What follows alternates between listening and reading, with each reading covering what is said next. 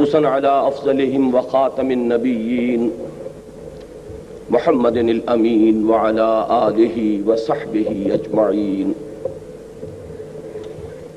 اما بعد فقد قال الله تبارك وتعالى في آخر سورة بني اسرائيل: اعوذ باللہ من الشیطان الرجیم بسم اللہ الرحمن الرحیم وقل الحمد للہ الذی لم يتخذ ولدا ولم يكن له شریک فی الملک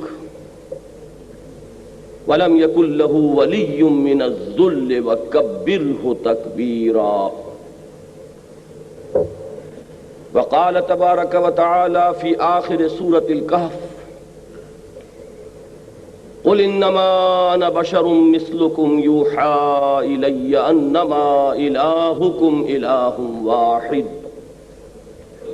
فمن كان يرجو لقاء ربه فليعمل عملا صالحا ولا يشرك بعبادة ربه احدا.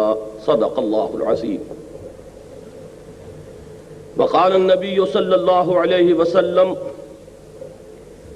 یا ایھا الناس وحدوا اللہ فإن التوحید رأس الطاعات واتقوا اللہ فإن التقوى ملاک الحسنات او کما قال صلی اللہ علیہ وسلم.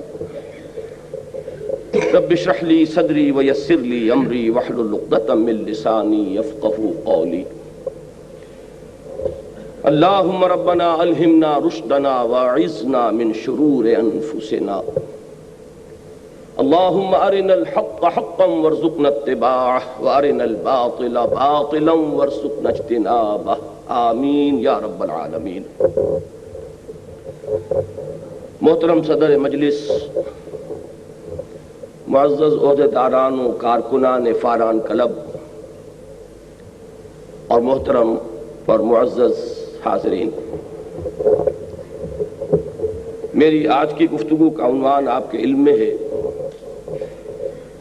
اور محترم چھاپڑا صاحب نے میرے لیے کام آسان کر دیا ہے کہ اس موضوع کا ابتدائی تعارف آپ سے کرا دیا.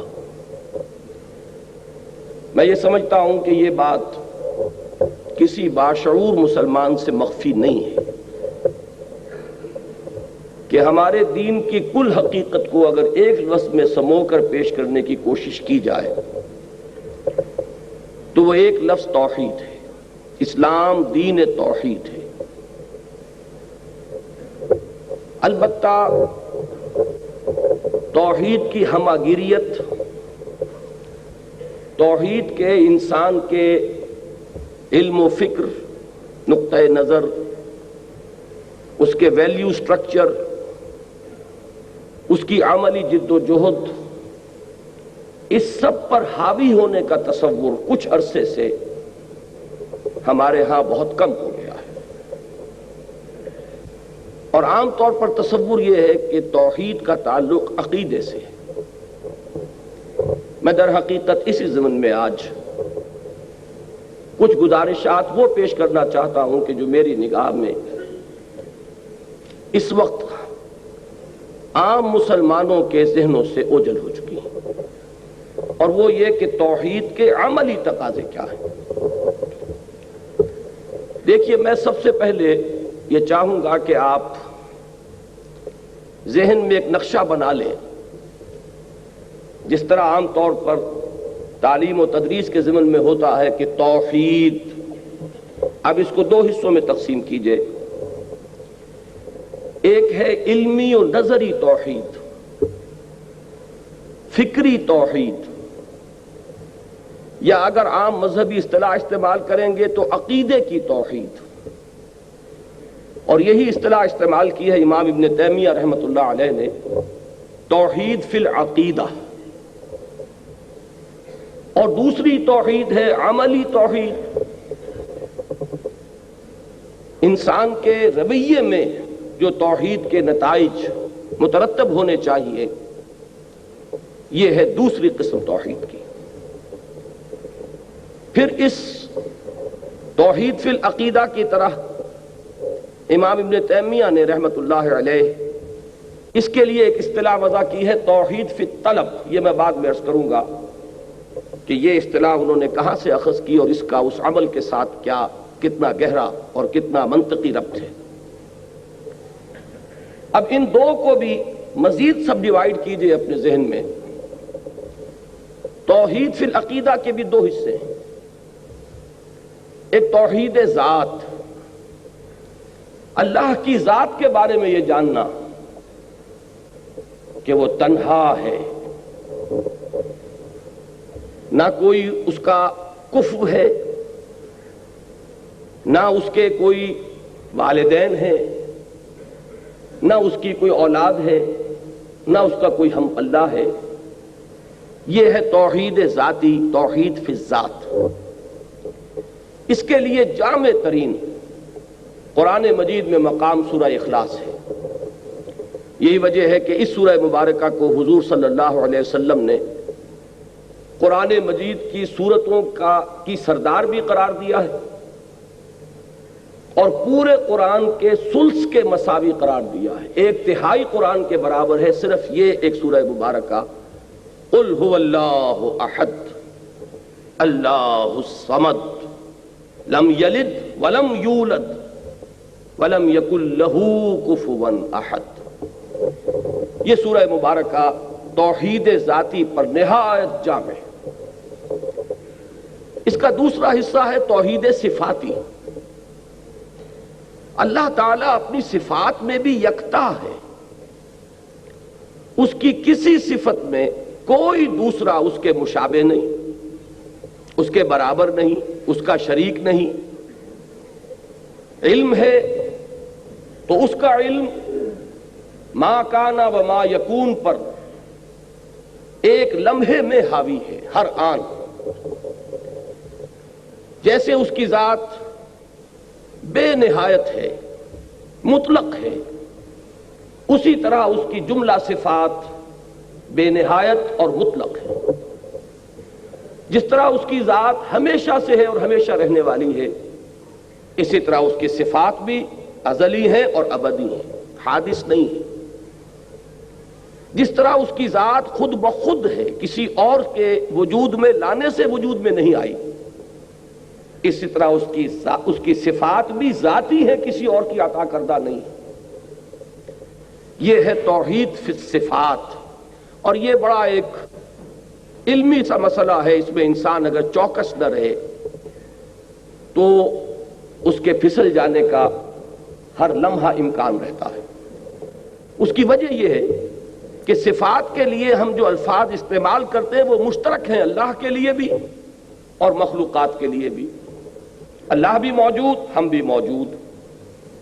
اب وجود جو ہے ایک وصف مشترک ہو گیا اللہ اور اس کائنات کے مابین، لیکن جب اللہ کے لیے لفظ وجود استعمال ہوگا تو اس کا مفہوم بالکل مختلف ہے اس مفہوم سے کہ جس مفہوم میں یہ لفظ وجود مخلوقات میں سے کسی کے لیے مستعمل ہوگا۔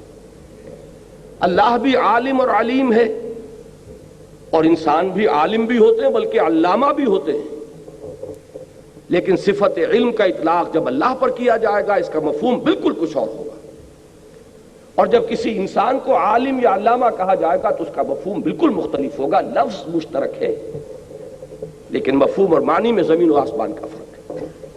اس اشتراک لفظی کی وجہ سے بالعموم مغالطہ ہوتا ہے۔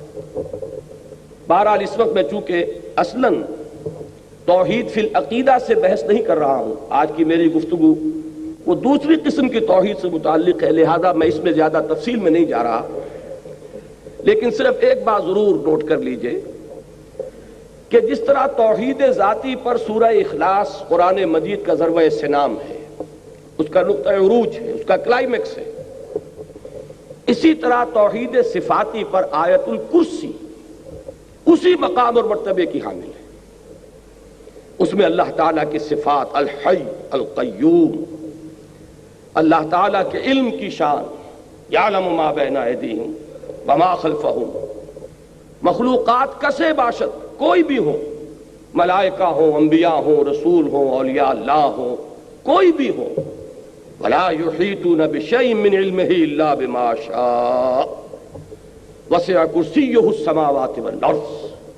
اب یہ جو مختلف پہلو اس آیہ مبارکہ میں آئے ہیں، آپ نوٹ کریں گے کہ جس طریقے سے کہ اس توحید ذاتی پر سورہ اخلاص نہایت جامع مقام ہے، بلکہ میں نے عرض کیا اور یہ حدیث میں مستعمل الفاظ ہیں، ذروۃ السنام، یعنی یہ کہ جسے آپ انگریزی میں کلائمیکس سے تعبیر کرتے ہیں، چوٹی۔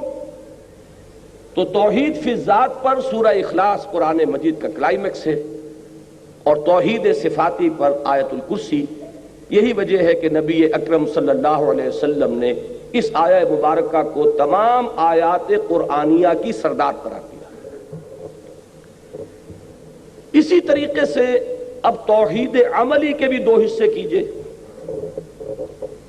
ایک ہے توحید کے عملی تقاضے انفرادی سطح پر، مجھ سے تقاضا کیا ہے ایک فرد کی حیثیت سے، اور دوسرا ہے توحید کے عملی تقاضے اجتماعی سطح پر، نظام اجتماعی میں کیا تقاضا ہے کہ جو پورا کر دیا جائے تو اس معاشرے کو یا اس ریاست کو ایک موحد ریاست یا موحد معاشرہ قرار دیا جا سکتا ہے۔ میں یہاں یہ عرض کرتا چلوں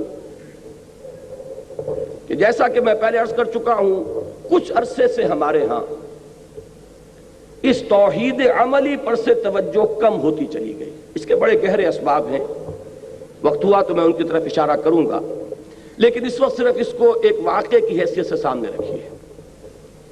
کئی صدیوں سے ہمارے ہاں ساری بحث و نظار جو ہو رہی ہے وہ توحید علمی سے متعلق ہے، عقیدے کی توحید، اسی پر گفتگو ہے، اسی پر بحث و نظار ہے، اسی پر مناظرے ہیں، اسی پر تصانیف ہیں، علماء کے آپس میں جو بھی قیل و قال کے سلسلے وہ بھی اسی سے وابستہ ہیں۔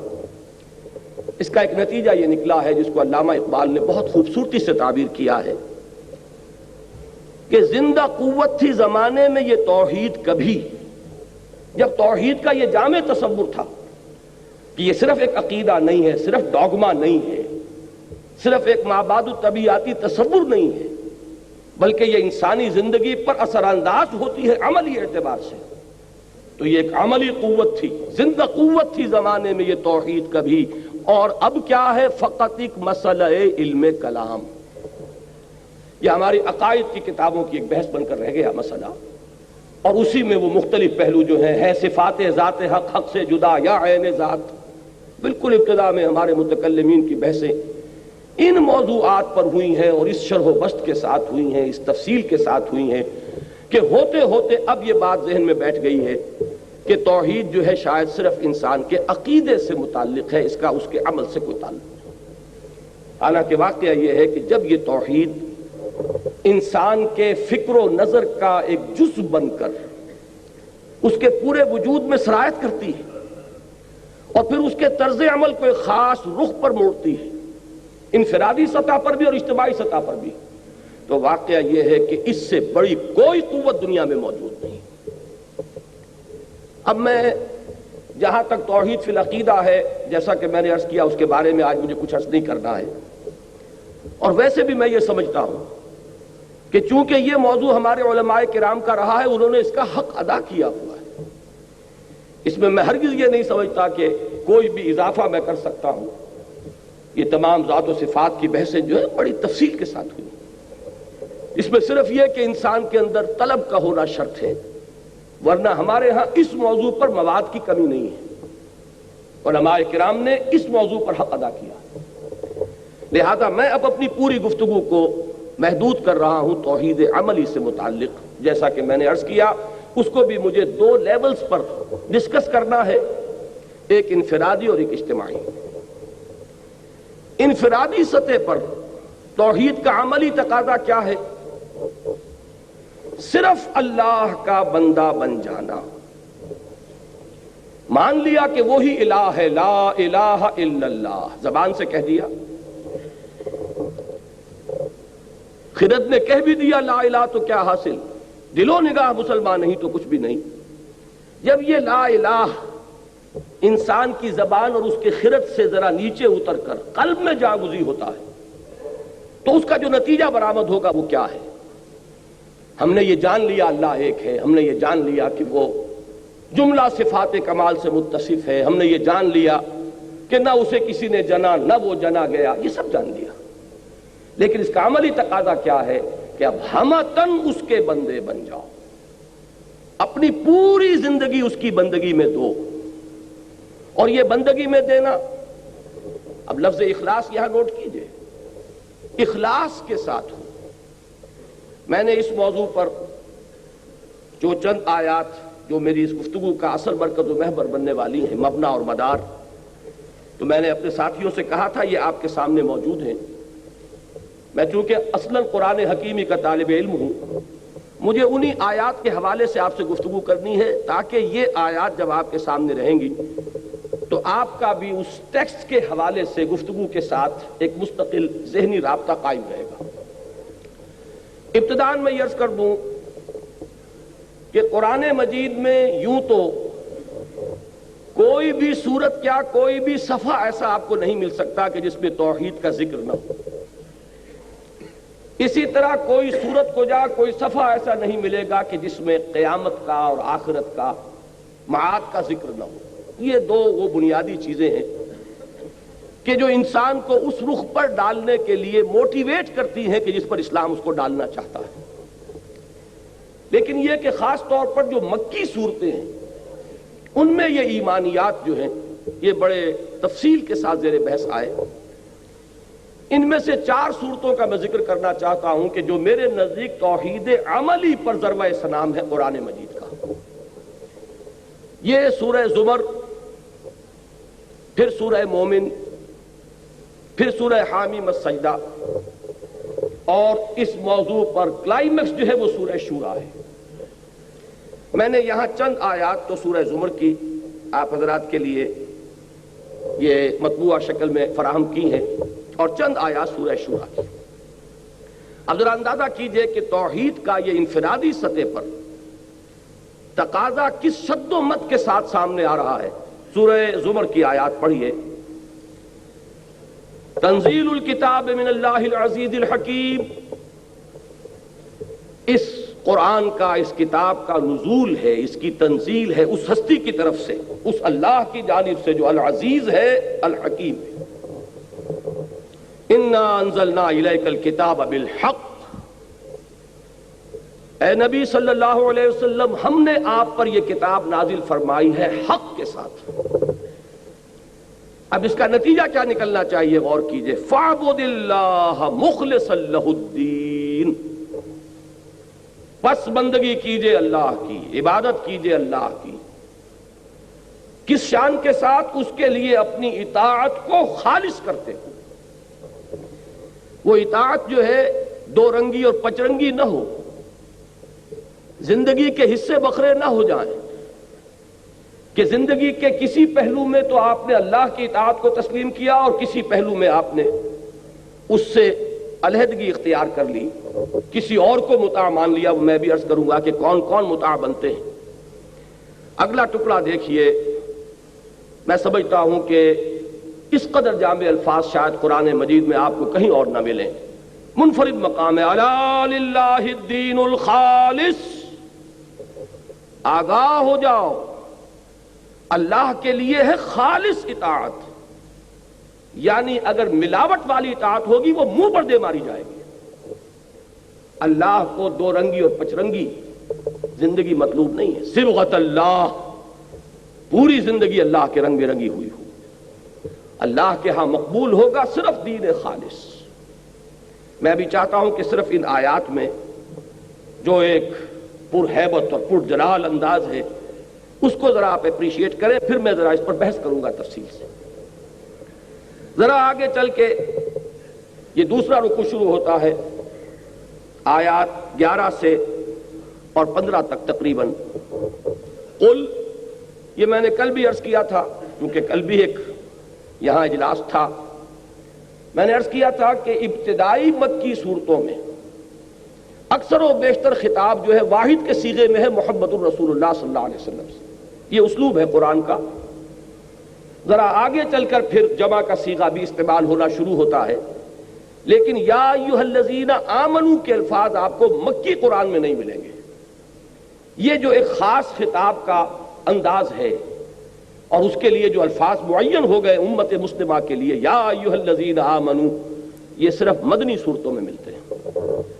بہرحال یہ جو حضور سے خطاب ہے واحد کے صیغے سے، اس کا مطلب یہ نہیں کہ مخاطب یہاں صرف محمد ہیں صلی اللہ علیہ وسلم، بلکہ آپ کی وساطت سے آپ کی پوری امت، آپ کا ہر ماننے والا، آپ پر ہر ایمان لانے والا جو ہے اس کا مخاطب ہے۔ لیکن یہاں ذرا وہی میں عرض کر رہا ہوں پھر کہ اس شکوہ کا، اس جلال کا اندازہ کیجئے۔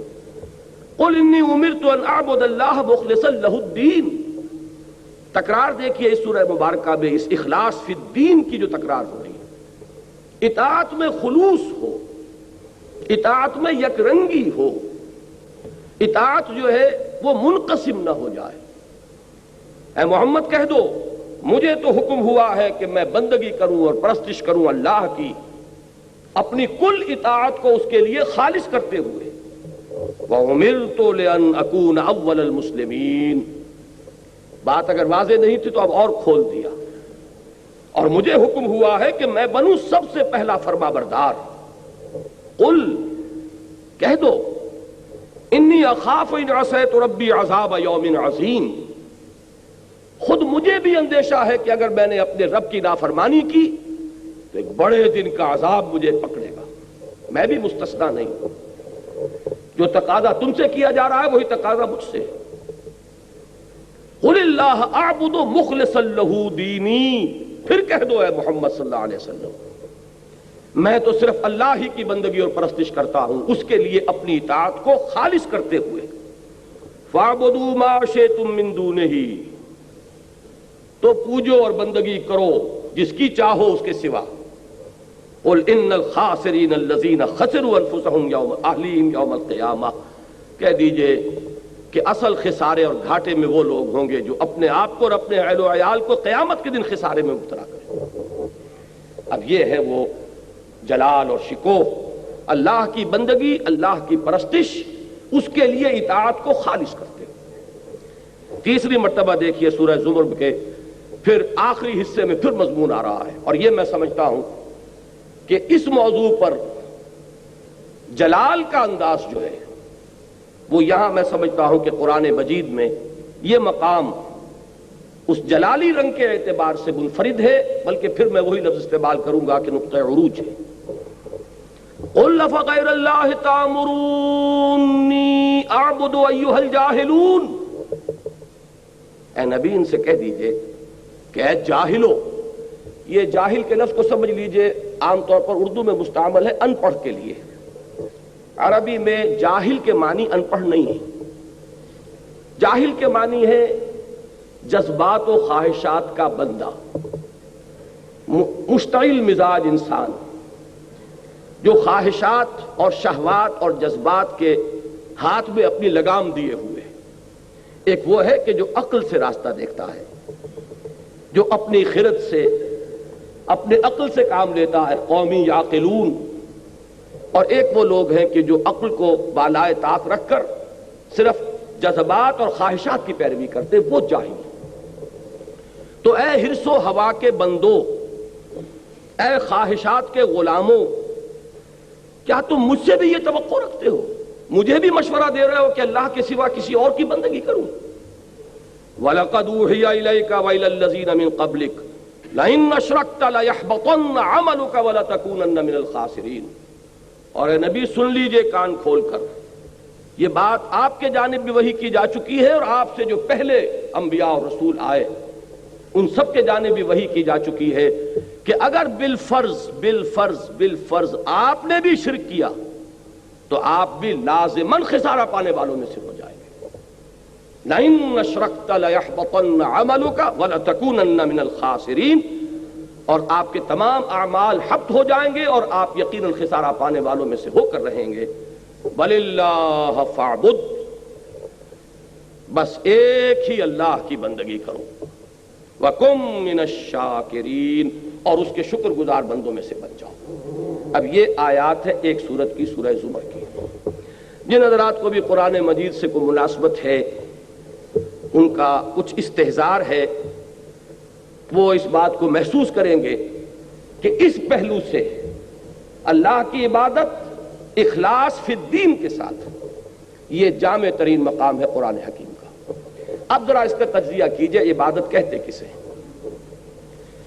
ہمارے اس دور زوال میں اور دور انحطاط میں عبادت کا تصور بھی نہ صرف محدود ہوا ہے بلکہ مسخ ہو گیا۔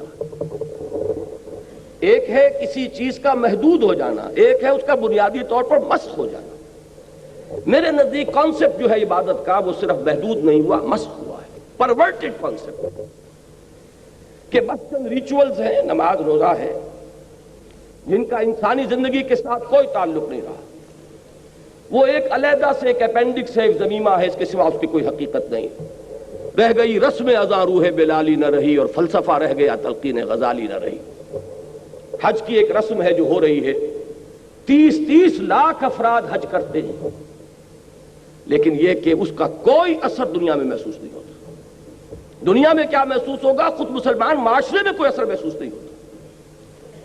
جس ملک سے 1 لاکھ کی تعداد میں حاجی جاتے اور آتے ہیں، کل بھی میں نے عرض کیا تھا کہ 1% ہی اگر انسان کے اخلاق، کردار اور تقوی میں بحیثیت مجموعی اضافہ ہو جائے ہر سال 1 لاکھ افراد کے حج سے، تو یہ 40 سال میں ہمارے ہاں یہ اخلاق اور تقوی جو ہے یہ کہاں سے کہاں پہنچ گئے ہوتے ہیں۔ لیکن معلوم ہوتا ہے کہ زندگی کے ساتھ اس کا کوئی تعلق نہیں۔ یہ ایک علیحدہ سے ضمیمہ ہے، اپینڈکس ہے، اس کا ہمارے فکر سے، ہمارے نقطہ نظر سے، ہمارے ویلیو سٹرکچر سے، ہمارے زندگی میں رویے سے کوئی تعلق نہیں۔ تو یہ تصور تو در حقیقت پرورٹڈ تصور ہے۔ یہ عبادات ہیں، اس میں کوئی شک نہیں، لیکن حقیقت میں عبادت نام ہے پوری زندگی میں اللہ کی بندگی، اور اس کے لیے یہ عبادات تیار کرتی ہیں۔ اقیم الصلاۃ علی ذکری، نماز کو قائم کرو میری یاد کے لیے، بھول نہ جاؤ۔ کل ہی میں سنا چکا ہوں یہاں حفیظ جالندری کا شعر، بڑا پیارا شعر ہے، مجھے بہت پسند ہے، کہ سرکشی نے کر دیے دھندلے نقوش بندگی، آؤ سجدے میں گریں لوح جبیں تازہ کریں۔ یہ سرکشی، یہ تمرد جو ہے، اس نے ہمارے اندر سے وہ عبدیت کا نقش جو ہے کچھ اس کی وجہ سے دھندلا گیا ہے۔ سجدے میں گرو تاکہ وہ نقش پھر تازہ ہو۔ تو نماز اس لیے ہے، روزہ اس لیے ہے تاکہ تم اپنے جو آپ کے اینیمل انسٹنکٹس ہیں ان پر قابو یافتہ ہو سکیں۔ یہ نہ ہو کہ اندر سے بھوک کا تقاضا ابھرے اور آپ اتنے بےتاب ہو جائیں کہ حلال اور حرام کی تمیز نہ رہے، اندر سے آپ کی شہوت جو ہے انگڑائی لے اور آپ اندھے ہو جائیں کہ آپ کو کچھ نہ نظر آئے کہ اس کے لیے حرام راستہ کون سا اور حلال راستہ کون سا۔ اس کے لیے ایک مشق ہے، کتب علیکم الصیام کما کتب علی الذین من قبلکم لعلکم تتقون۔ اور اگر عین حالت صوم میں جھوٹ بولا جا رہا ہو، عین حالت صوم میں بے ایمانی کی جا رہی ہو، عین حالت صوم میں رشوت دی یا لی جا رہی ہو، تو اس کو حضور نے فرما دیا ہے، آپ نے کوئی چیز چھپا کر نہیں رکھی، کہ کم من صائم لیس لہ من صومہ الا الجوع، کہ کتنے ہی روزے دار ایسے ہیں کہ انہیں اپنے روزوں سے سوائے بھوک اور پیاس کے اور کچھ حاصل نہیں ہوتا۔ من لم یدع قول الزور والعمل بہ فلیس للہ حاجۃ ان یدع طعامہ وشرابہ، جو شخص جھوٹ بولنا اور جھوٹ پر عمل کرنا ترک نہیں کرتا تو اللہ کو تو کوئی احتیاج نہیں ہے کہ وہ اپنا کھانا پینا ترک کر دے۔ یہ روزہ نہیں ہے، فاقہ ہے۔ زکوٰۃ اس لیے ہے کہ مال کی محبت کو دل میں سے کھرچ دے۔ یہ ساری چیزیں در حقیقت اس بڑی عبادت کے لیے تیار کرنے والی ہیں۔ میں اللہ کا شکر ادا کرتا ہوں کہ بہت سے مفکرین، مصنفین، دانشور، بہت سے داعیان الی اللہ، ان کی کوششوں کے ذریعے سے یہ تصور عام ہو چکا ہے۔ اب ہمارے بالکل عوام الناس میں جو حالہ میں تو شاید یہ بات ہو کہ وہ صرف ریچولسٹک کانسیپٹ جو ہے وہ ابھی چلا آ رہا ہو، لیکن پڑھے لکھوں لوگوں کی ایک بڑی تعداد جو ہے اب اس حقیقت سے تو آشنا ہو چکی ہے کہ عبادت کا مفہوم ہے پوری زندگی میں اللہ کی بندگی۔ زندگی آمد برائے بندگی، زندگی بے بندگی شرمندگی۔ لیکن میں یہ سمجھتا ہوں اس فہرست میں یقیناً میرے نزدیک اس دور میں جو بڑے بڑے مشاہیر جن کے نام آئیں گے ان میں علامہ اقبال کا نام سر فہرست ہے، اس لیے کہ ان کا دائرہ جو ہے وہ بہت پھیلا ہے، بہت وسیع ہوا ہے اثر اور نفوذ کا۔ پھر اسی میں آپ کو مولانا مودودی کا نام ملے گا جنہوں نے اس تصور کو واضح کیا ہے۔ یہ تصور جو ہے اور بھی بہت سے اہل قلم حضرات ہیں کہ جنہوں نے اب عام کر دیا ہے ہمارے ہاں اب یہ تصور جو ہے کوئی اجنبی تصور نہیں ہے کہ لوگ اب جانتے ہیں کم سے کم، چاہے اس پر عمل پیرا نہ ہو، کہ عبادت کا مفہوم پوری زندگی میں اللہ کی بندگی ہے۔ لیکن ایک چیز کی اس میں کچھ کمی کا تاحال احساس ہے، اور وہ احساس یہ ہے کہ بندگی کا تصور تو واضح ہو گیا، لیکن اس کا ایک دوسرا ایلیمنٹ ہے، وہ پرستش کا ایلیمنٹ ہے۔ ایک اطاعت کا ایلیمنٹ ہے، دوسرا محبت کا ایلیمنٹ ہے۔ جب تک کہ یہ اطاعت اللہ تعالیٰ کی محبت خداوندی کے جذبے سے سرشار ہو کر نہ کی جا رہی ہو، عبادت کا حق ادا نہیں ہوگا۔ مجرد اطاعت تو ہم انگریز کی بھی کر رہے تھے، لیکن اس کی عبادت نہیں کر رہے تھے، وہ مجبوری کی اطاعت تھی۔ اطاعت مدینے کے منافقین بھی کرتے تھے محمد الرسول اللہ صلی اللہ علیہ وسلم کی اور اللہ کے احکام کی، لیکن یہ مجبوری کی اطاعت تھی۔ اللہ کی عبادت کے یہ دو اجزاء ہیں، اور اللہ تعالی رحمت نازل فرمائے امام ابن تیمیہ اور حافظ ابن قیم رحمہم اللہ پر کہ انہوں نے خوب اس کو واضح کر دیا ہے۔ ہمارے ہاں ان سے پہلے جو جمہور ائمہ لغت ہیں، انہوں نے عبادت کا مفہوم بیان کیا تھا، العبادت التذلل۔ عبادت نام ہے کسی کے سامنے بچھ جانے کا، عاجزی اختیار کرنے کا، کسی کے سامنے جھک جانے کا۔ میرے نزدیک اس میں بہترین لفظ وہی ہے جو میں نے پہلے استعمال کیا، بچھ جانا۔ یہ تذلل کا صحیح ترین مفہوم ادا کرتا ہے۔ العبادت و تذلل، یہ تو گویا کہ اس لفظ کے اندر ہمیشہ سے یہ مفہوم موجود تھا، لیکن امام ابن تیمیہ اور حافظ ابن قیم نے یہ دو اجزاء علیحدہ علیحدہ کر کے بیان کیے۔ العبادت تجمع اصلین، یہ عبارت ہے حافظ ابن قیم کی جو شاگرد رشید امام ابن تیمیہ کے رحمہ اللہ۔ العبادت تجمع اصلین، غایت الحب مع غایت الذل والخضوع، حد درجے کی اللہ کی محبت اور اس کے تحت حد درجے میں اللہ کے سامنے بچھ جانا، جھک جانا۔ یہی وجہ ہے کہ میں دو الفاظ فارسی کے استعمال کیا کرتا ہوں لفظ عبادت کے مفہوم کو ادا کرنے کے لیے۔ محض بندگی کافی نہیں ہے، اگرچہ شیخ سعدی رحمۃ اللہ علیہ نے یہ اس آیہ مبارکہ کی اصل میں ترجمانی کی ہے کہ وَمَا خَلَقْتُ الْجِنَّ وَالْإِنسَ إِلَّا لِيَعْبُدُونَ، کہ زندگی آمد برائے بندگی، زندگی بے بندگی شرمندگی۔ لیکن یہ کہ محض بندگی سے عبادت کا حق ادا نہیں ہوگا جب تک کہ ایک لفظ پرستش اس میں شامل نہ کیا جائے۔ پرستش آپ کو معلوم ہے کہ اس میں اصل شے محبت ہوتی ہے۔ پرستار، قوم پرست، وطن پرست، زر پرست، اس پرستش میں اصل شے ہے محبت، کسی چیز کے ساتھ دلی لگاؤ۔ جب یہ دونوں چیزیں یکجا ہو جائیں گی، جیسا کہ میں نے ابھی آپ کو الفاظ سنائے، غایت الحب مع غایت الذل والخضوع، حد درجے کی محبت اللہ کی اور حد درجے کا اس کے سامنے بچھ جانا، دو کیفیتیں جمع ہو جائیں گی تو اللہ تعالیٰ کی عبادت کا حق ادا ہوگا۔ اب وہ نوٹ کیجئے ان دونوں کو، بلکہ ان میں ایک جو ریشو پروپورشن ہے اس کو بھی ایک مثال سے سمجھ لیجئے۔ جیسے میرا یہ جسم ہے، نظر یہ آ رہا ہے، لیکن اس کا سارا وجود اس روح سے ہے یا جان سے ہے، یوں کہہ لیجئے۔ میں روح کی بحث میں اس وقت نہیں جانا چاہتا، وہ ایک علیحدہ شے ہے، لیکن جان، لیکن وہ نظر نہیں آتی۔ یہ دومن کا جو ہے وزن اس جسم کا ہے، اس جان کا نہیں ہے۔ بالکل اسی طریقے سے عبادت کا جسد جو ہے وہ اطاعت سے بنتا ہے۔ اطاعت تو نظر آ جائے گی، اللہ کا حکم آپ نے مانا کہ نہیں مانا، اللہ کے حکم سے سرتابی کی یا یہ کہ اس کے سامنے سر جھکا دیا، یہ سب کے سامنے ہوگا، اور یہی ہے اس کا وہ جسد ظاہری۔ البتہ اس کو عبادت بنانے والی اصل روح باطنی وہ محبت ہے اللہ کی۔ اگر اس کی چاشنی شامل نہ ہو تو بس یہ پھر ایک مارے باندھے کی اطاعت ہے، عبادت نہیں۔ اب ان دونوں چیزوں کو علیحدہ علیحدہ سمجھیے۔ توحید فی الاطاعت کیا ہے جس پر یہاں زور دیا گیا؟ مخلصا لہ الدین، اللہ کے لیے اپنی اطاعت کو خالص کرتے ہوئے۔ اور شرک فی الاطاعت کیا ہے؟ اسی طرح توحید فی المحبت کیا ہے اور شرک فی المحبت کیا ہے؟ میں چاہتا ہوں کہ بالکل الجبرہ کے قواعد کی طریقے سے ان چیزوں کو سمجھیے۔ توحید فی الاطاعت کیا ہے؟ اللہ تعالی جملہ اطاعتوں کی نفی نہیں کرتا۔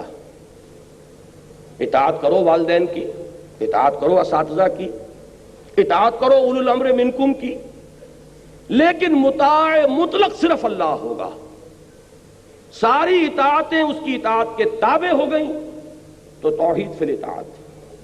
کوئی ایک اطاعت بھی اس کی اطاعت سے آزاد ہو کر اس کے برابر آ کر بیٹھ گئی یا اس سے بالا تر ہو گئی تو یہ شرک فی الاطاعت۔ اس کو حضور صلی اللہ علیہ وسلم نے یوں ادا فرمایا کہ لا طاعت لمخلوق فی معصیت الخالق، مخلوق میں سے کسی کی اطاعت نہیں کی جائے گی کسی ایسے معاملے میں کہ جس میں خالق کی معصیت لازم آ رہی۔ اس دائرے کے اندر والدین کا حکم مانو، بیوی شوہر کا حکم مانے، طالب علم اساتذہ کا حکم مانے، مرید مرشد کا حکم مانے، عام شہری جو بھی حکام ہیں ان کے حکم مانے، لیکن یہ کہ ان تمام اطاعتوں پر سب پر حاوی اطاعت اللہ کی اطاعت ہو جائے تو یہ ہے توحید فی الاطاعت۔ اور کوئی ایک اطاعت بھی اگر اس کے ہم پلہ ہو گئی، اس کی اطاعت سے آزاد ہو گئی تو یہی شرک فی الاطاعت ہے، اور شرک فی الاطاعت شرک فی العبادت ہوگی، اس لیے کہ عبادت کا جزو اعظم اطاعت ہے۔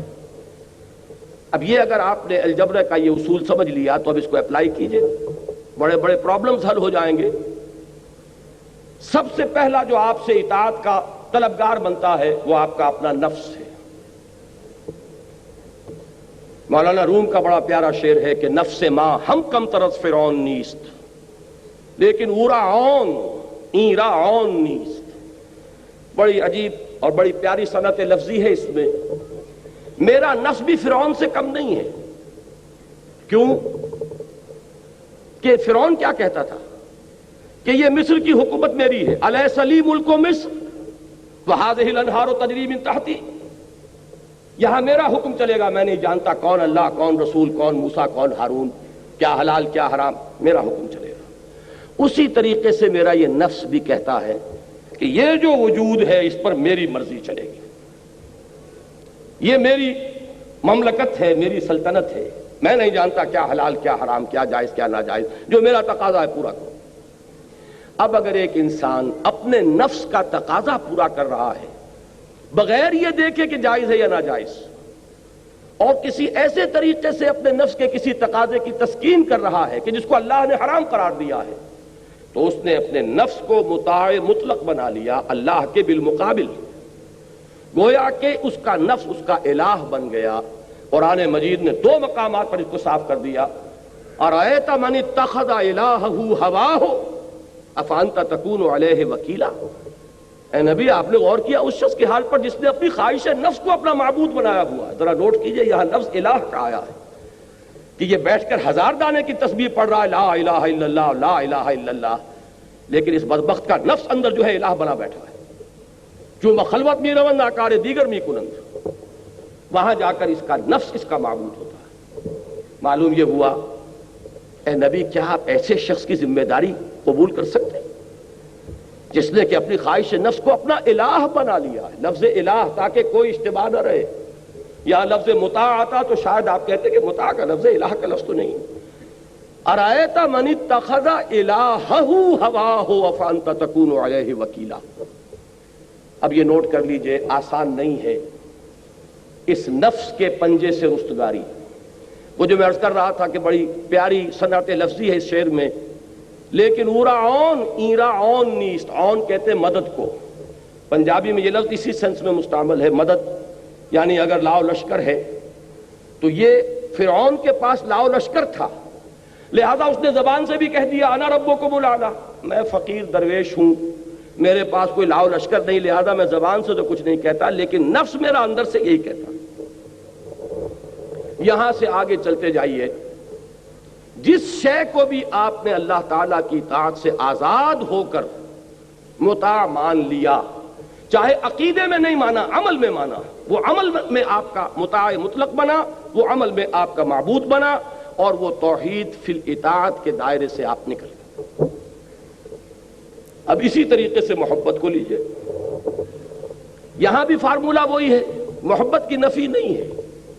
اولاد سے محبت کرو، وطن سے محبت کرو، قبیلے سے محبت کرو، قوم سے محبت کرو، بیوی سے محبت کرو، بیوی شوہر سے محبت کرے، والدین سے محبت کرو، قطعاً کوئی حرج نہیں، لیکن تمام محبتوں سے بالا تر محبت اللہ کی رہے، تب تو یہ توحید فی المحبت ہے۔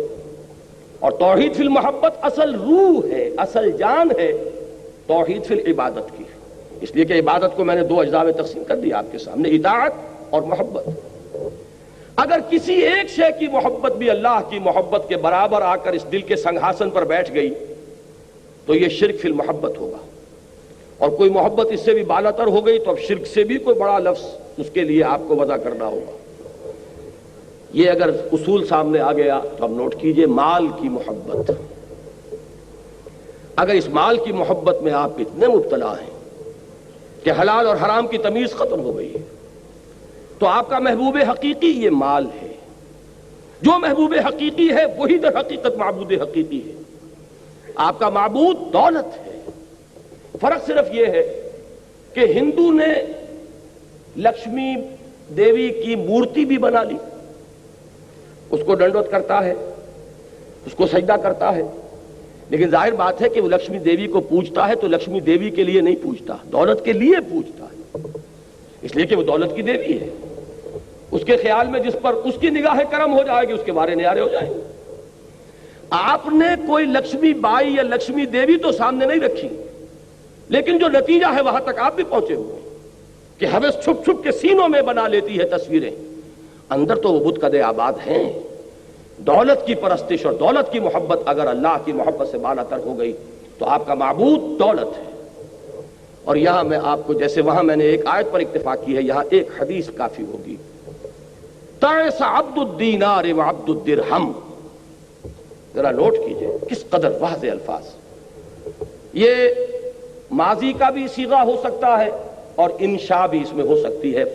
عربی زبان میں ماضی ہی میں آتا ہے دعا یا بد دعا کے لیے، یا تمنا کے لیے، آرزو کے لیے بھی کلمہ۔ تو تعسا برباد ہو گیا یا برباد ہو جائے، دونوں اس کے معنی ہوں گے۔ کون فرما رہے ہیں؟ محمد الرسول اللہ صلی اللہ علیہ وسلم۔ کن کے لیے فرما رہے ہیں؟ عبد الدینار اور عبد الدرہم کے لیے، کہ نام اس کا عبد الرحمن ہے، حقیقت میں عبد الدینار ہے۔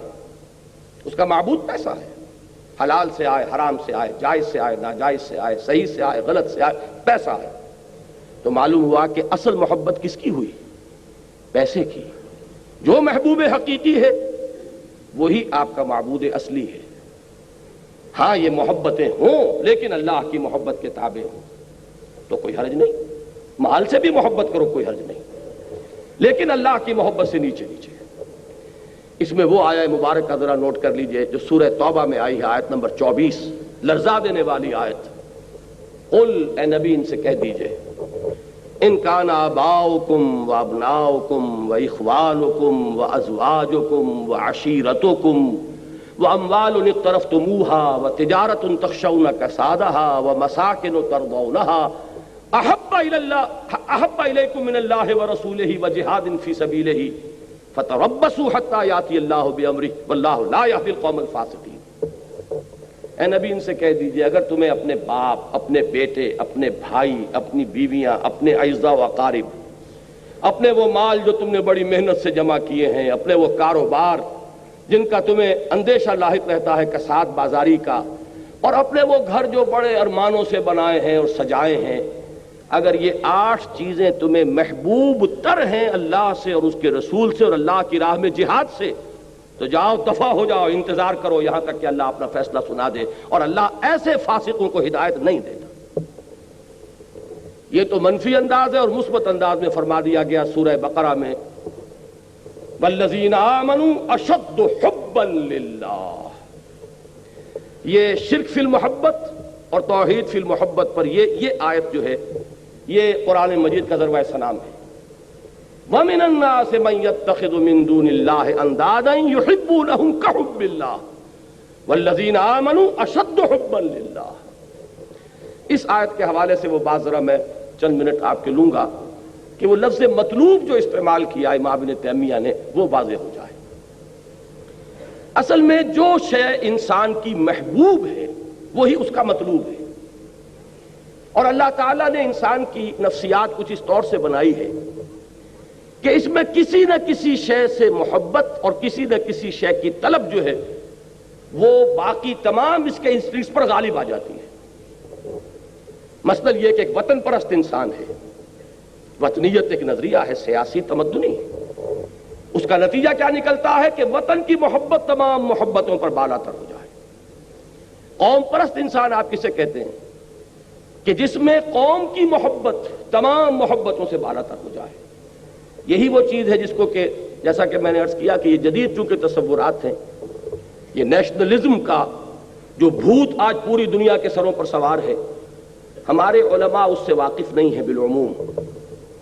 اس کو پہچاننے والا وہی شخص ہو سکتا تھا جس نے اپنے بارے میں کہا ہے کہ میں خود اس آگ میں ڈالا گیا ہوں مثل خلیل، کہ میں اس آگ میں ڈالا گیا ہوں مثل خلیل۔ جدید فکر، جدید تہذیب، جدید تمدن کو اندر سے جا کر جس نے دیکھا تھا، وہ شخص تھا کہ جس نے اس کو پہچانا کہ یہ وطنیت کا نظریہ جو ہے اس دور میں یہ سب سے بڑا شرک ہے، اس لیے کہ اس میں وطن کی محبت کو تمام محبتوں پر بالا تر کیا جاتا ہے۔ وطن کی جے، یہ کیا ہے؟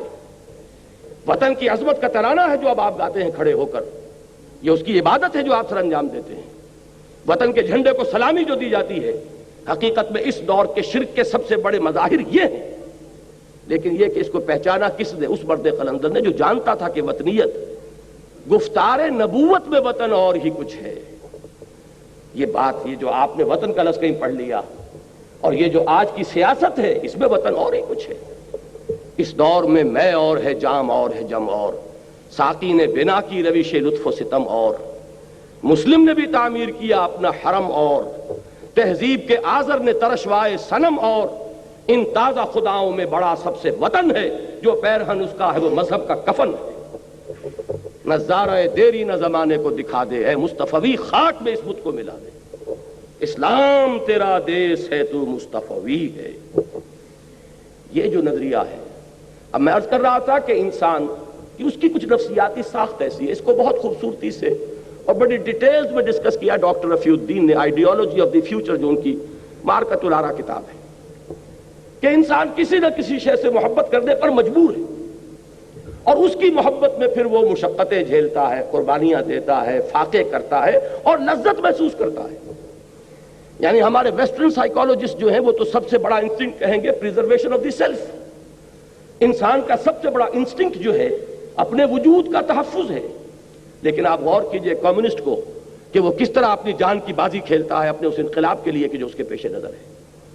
اندازہ کیجئے ان جاپانیوں کا جو بموں میں بیٹھ کر گئے، انہیں معلوم ہے کہ میرے تو چیتھڑے اڑ جائیں گے، یہ بم جب میں کسی جہاز کی چمنی میں لے کر اتروں گا تو میرا تو وجود کہیں نہیں رہے گا، وہ جہاز کے ٹکڑے تو بعد میں ہوں گے۔ معلوم ہوا کہ سب سے بڑا اینیمل انسٹنکٹ جو ہے وہ کسی ازم کے یا کسی محبت یا کسی نظریے اس کے تابع ہو کر رہ گیا ہے۔ انسان فاقے کرتا ہے، اس سے دلی مسرت حاصل ہوتی ہے کہ میں نے اپنے نظریے کے لیے فاقہ کیا ہے، میں نے اپنے مقصد زندگی کے لیے جیل کاٹی ہے، میں نے اپنے مقصود کے لیے سختیاں جھیلی ہیں۔ تو یہ جو ہے کسی نہ کسی شے کو اپنا محبوب بنانا اور مطلوب بنانا، یہ انسان کی فطرت ہے۔ اب جن لوگوں کی رسائی تو اللہ تک ہو گئی تو وہ تو محبوب حقیقی ہے ہی ہے، لیکن جن کی رسائی وہاں نہیں ہوئی انہوں نے کسی نہ کسی کو تراش لیا ہے، اس کو اپنا محبوب بنایا ہے۔ می تراشد فکر ما ہر دم خدا بندے دیگر، رست از یک بند تا افتاد در بندے دیگر۔ مجبور ہے انسان کہ کسی نہ کسی کو تراش کر اور اپنے دل کے سنگھاصل پر بٹھائے۔ وہ کوئی نظریہ بھی ہو سکتا ہے، ایک تخیل کے حسن مبہم پر ساری ہستی مٹائی جاتی ہے۔ انسان ایک نظریے کے لیے بھی اپنا سب کچھ قربان کرنے کے لیے تیار ہوتا ہے۔ یہ ہے اس کا مطلوب۔ قرآن مجید میں یہ سورہ حج کے آخری رکوع میں آیا ہے، ضعف الطالب والمطلوب۔ اللہ کے سوا کسی کو تم نے مطلوب بنایا تو وہ مطلوب بھی بیچارہ اور عاجز، اور طالب اس سے بھی بڑھ کر عاجز اور بیچارہ۔ جس کا مطلوب عاجز اور بیچارہ ہے، ایک ہی مطلوب حقیقی اور وہ اللہ ہے۔ یہ ہے وہ مطلوب کا لفظ جس کو امام ابن تیمیہ رحمۃ اللہ علیہ نے استعمال کیا۔ انسان کا مطلوب صرف اللہ بن جائے۔ اور یہ بات آپ نے سنی ہوگی، ہمارے ہاں صوفیہ کے حلقے میں یہ عام ہے کہ لا الہ الا اللہ، اس کا ایک مفہوم ہے عوامی سطح پر، وہ کیا ہے؟ لا معبود الا اللہ۔ اور اس کا ایک مفہوم ہے جو اس سے ذرا اونچا اٹھتا ہے انسان شعور کے اعتبار سے، اس کا لیول آف کانشسنس اگر بلند ہوگا تو اسی لا الہ الا اللہ کا مفہوم جو منکشف ہوگا وہ کیا ہوگا؟ لا مقصود الا اللہ، لا مطلوب الا اللہ، لا محبوب الا اللہ۔ یہاں تک پہنچے تو اب آپ کی وہ توحید عملی پوری ہوئی کہ آپ کا مقصود اللہ ہو، آپ کا مطلوب اللہ ہو، آپ کا محبوب اللہ ہو، اور پہلے میں نے عرض کیا آپ کا مطاع مطلق اللہ ہو، ساری اطاعتیں اس کی اطاعت کے تابع ہو جائیں۔ یہ ایک سجدہ جسے تو گراں سمجھتا ہے، ہزار سجدوں سے دیتا ہے آدمی کو نجات، لیکن آسان کام نہیں ہے، بہت کٹھن کام ہے۔ اس کے لیے یہ ہے کہ انسان کو اپنے نفس کے پنجے سے رہائی حاصل کرنا ہی آسان نہیں۔ وہ فارسی زبان کی جب ہماری ابتدائی تعلیم ہوا کرتی تھی تو تختی پر لکھ کے استاد دیتے تھے، کریماں بے بخشائے برحال ماں کہ ہستم اسیر کمند ہوا، اے کریم میرے حال پر رحم فرما کہ میں تو اپنی خواہشات کے پھندوں میں پھنسا ہوا ہوں، کہ ہستم اسیر کمند ہوا، اس کمند ہوا و ہوس کی اسیری سے اپنے آپ کو نکالنا آسان نہیں۔ لیکن بہرحال میں انفرادی سطح پر توحید کے عملی تقاضے کے ضمن میں اس پر اکتفا کر رہا ہوں۔ اللہ کا بندہ بننا، ہمتن اسی کا بندہ، پوری زندگی اسی کی اطاعت میں، یعنی تمام اطاعتیں اس کی اطاعت کے تابع، تمام محبتیں اس کی محبت کے تابع، تمام جتنے بھی اندر سے تقاضے اور طلبیں ابھرتی ہیں وہ تمام اللہ کی طلب کے تحت ہو جائیں۔ وَمِنَ النَّاسِ مَن يَتَّخِذُ مِن دُونِ اللَّهِ أَندَادًا يُحِبُّونَهُمْ كَحُبِّ اللَّهِ وَالَّذِينَ آمَنُوا أَشَدُّ حُبًّا لِلَّهِ۔ جو حقیقتاً مومن ہے، جو واقعتاً ایمان کا رمز آشنا ہو گیا ہے، وہ سب سے زیادہ محبت کرتا ہے اللہ کے ساتھ۔ یہ اشد حبا للہ، یہ عبادت کا وہ باطنی روح والا پہلو ہے۔ اب ذرا آئیے سورہ زمر سے آگے چلیے۔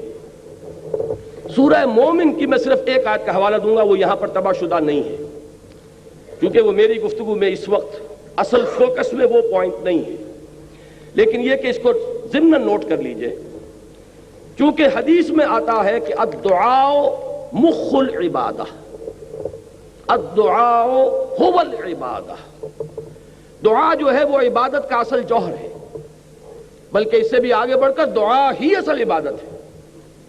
جس کو آپ پکارتے ہیں وہی آپ کا معبود ہے، جس کو آپ نے مشکل کشا سمجھا ہے وہی آپ کا معبود ہے، جس کو حاجت روا مانا ہے وہی آپ کا معبود ہے۔ یہ ہے وہ دعا کا پہلو۔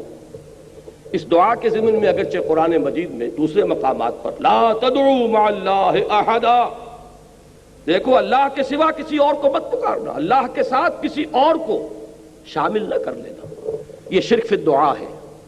لیکن مضمون کی مناسبت دیکھیے کہ سورہ مومن کے جو سورہ زمر کے متصلاً بعد آتی ہے، اس میں ایک تو وہ آیا مبارکہ دعا کے موضوع پر وہ اہم ترین آیت ہے قرآن مجید کی، اور جمعوں کے خطبوں میں آپ نے بارہا سنی ہوگی، قال ربکم ادعونی استجب لکم ان الذین یستکبرون عن عبادتی سیدخلون جہنم داخرین۔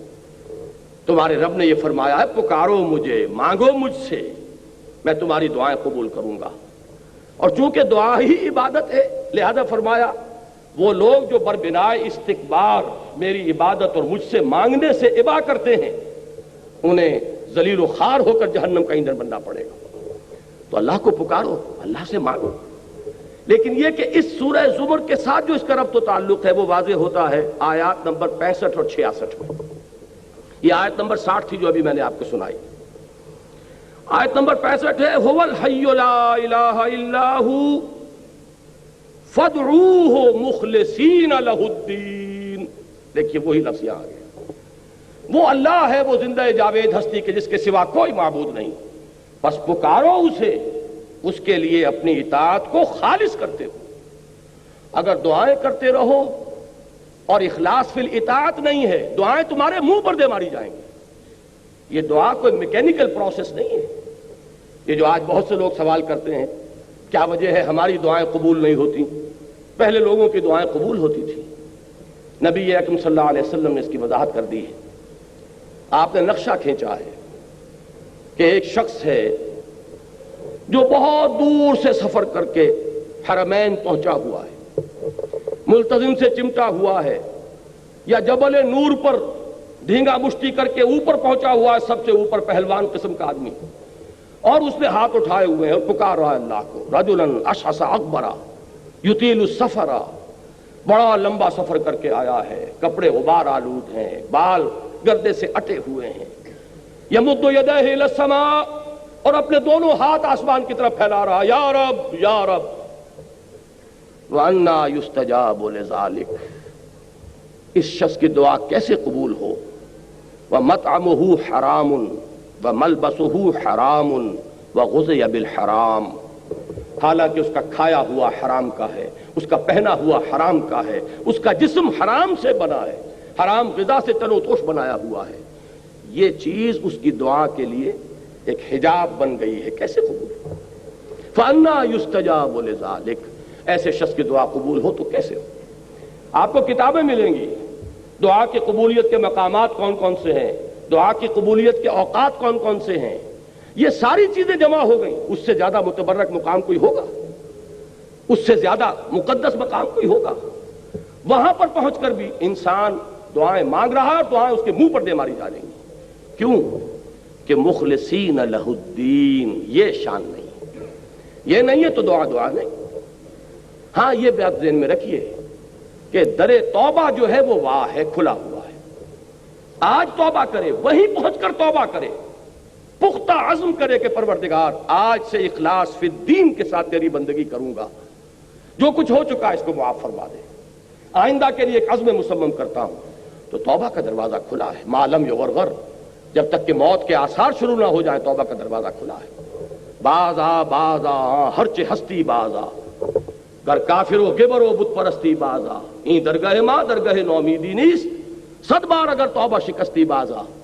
توبہ کا دروازہ کھلا ہوا ہے، لیکن عزم مصمم کرو گے تو ابھی دعا قبول ہوگی۔ یہی سورہ بقرہ میں آیا ہے وہ رمضان کے ذکر کے بعد، وَإِذَا سَأَلَكَ عِبَادِي عَنِّي فَإِنِّي قَرِيبٌ أُجِيبُ دَعْوَةَ الدَّاعِ إِذَا دَعَانِ فَلْيَسْتَجِيبُوا لِي وَلْيُؤْمِنُوا بِي لَعَلَّهُمْ يَرْشُدُونَ۔ میں کہا کرتا ہوں کہ یہ ون وے ٹریفک نہیں چل سکتا کہ تم ہم سے منوائے جاؤ، ہماری بھی تو مانو، جو ہم کہہ رہے ہیں اسے بھی تو سنو، ہماری پکار پر بھی تو لبیک کہو، یہ تو دو طرفہ معاملہ ہے۔ فاذکرونی اذکرکم، تم مجھے یاد رکھو میں تمہیں یاد رکھوں گا، ان تنصر اللہ ینصرکم، اگر تم اللہ کی مدد کرو گے اللہ تمہاری مدد کرے گا۔ حدیث میں آتا ہے کہ میرا بندہ میری طرف چل کر آتا ہے تو میں دوڑ کر آتا ہوں، وہ بارش بھر آتا ہے میں ہاتھ بھر آتا ہوں، وہ مجھے اگر اپنے دل میں یاد کرتا ہے میں بھی اسے اپنے جی میں یاد کرتا ہوں، وہ میرا ذکر اگر کسی محفل میں کرتا ہے میں اس سے بہت اعلیٰ محفل میں اس کا ذکر کرتا ہوں۔ یہ دو طرفہ معاملہ ہوگا، لہذا مجھ سے منوانا ہے تو میری مانو، فَلْيَسْتَجِيبُوا لِي وَلْيُؤْمِنُوا۔ اب اسی دعا کے مادے سے ایک لفظ اور بنتا ہے دعوت۔ دیکھیے انفرادیت سے اب میں اجتماعیت کی طرف جا رہا ہوں، انفرادیت سے اجتماعیت کا جو پل ہے وہ دعوت ہے۔ ایک اللہ کا بندہ جس نے انفرادی سطح پر اس توحید کے عملی تقاضے کو اپنی زندگی میں پورا کر لیا، وہ بندہ رب بن گیا، وہ انشراح صدر سے کہہ سکتا ہے کہ انی عبد اللہ، میں اللہ کا بندہ ہوں۔ اب وہ کیا کرے گا؟ اب اسی کی دعوت دے گا، اس لیے کہ ایک فرد سے چراغ روشن ہوگا، دیے سے دیا جلے گا۔ یہ بات تم نے اگر اپنی زندگی میں اختیار کی ہے اب اس کو عام کرو، جس سے تم محبت کر رہے ہو اس کی محبت کی جوت جگاؤ دوسروں کے دلوں میں، جس کی اطاعت کو تم نے اپنے اوپر لازم کیا ہے اسی کی اطاعت کی طرف لوگوں کو بھی دعوت دو کہ اس کے سامنے جھکیں۔ یہ ہے مرکزی آیت سورہ حامیم سجدہ کی، وَمَنْ أَحْسَنُ قَوْلًا مِّمَّنْ دَعَا إِلَى اللَّهِ وَعَمِلَ صَالِحًا وَقَالَ إِنَّنِي مِنَ الْمُسْلِمِينَ۔ اس شخص سے بہتر بات اور کس کی ہوگی جو اللہ کی طرف بلائے اور اس کا اپنا عمل درست ہو۔ یہ نہیں ہے، یہ سورہ بقرہ میں یہودیوں کے بارے میں فرمایا گیا، أَتَأْمُرُونَ النَّاسَ بِالْبِرِّ وَتَنْسَوْنَ أَنفُسَكُمْ وَأَنْتُمْ تَتْلُونَ الْكِتَابَ فَلَا تَعْقِلُونَ۔ کیا تم لوگوں کو نیکی کی دعوت دیتے اور اپنے آپ کو بھول جاتے ہو؟ درا حال ہے کہ تم کتاب پڑھ رہے ہو تو کیا تم عقل سے کام نہیں لیتے؟ یہ ان کا طرز عمل تھا جو بدقسمتی سے آج ہم نے بھی اپنایا ہوا ہے۔ لیکن یہ کہ اصل میں دعوت کا مقام آتا ہی اس کے بعد ہے کہ خود اللہ کے بندے بنو، کہو کہ میں ہوں اللہ کا فرما بردار، اور اب لوگوں کو دعوت دو۔ وَمَنْ أَحْسَنُ قَوْلًا مِّمَّنْ دَعَا إِلَى اللَّهِ وَعَمِلَ صَالِحًا وقال اننی من المسلمین۔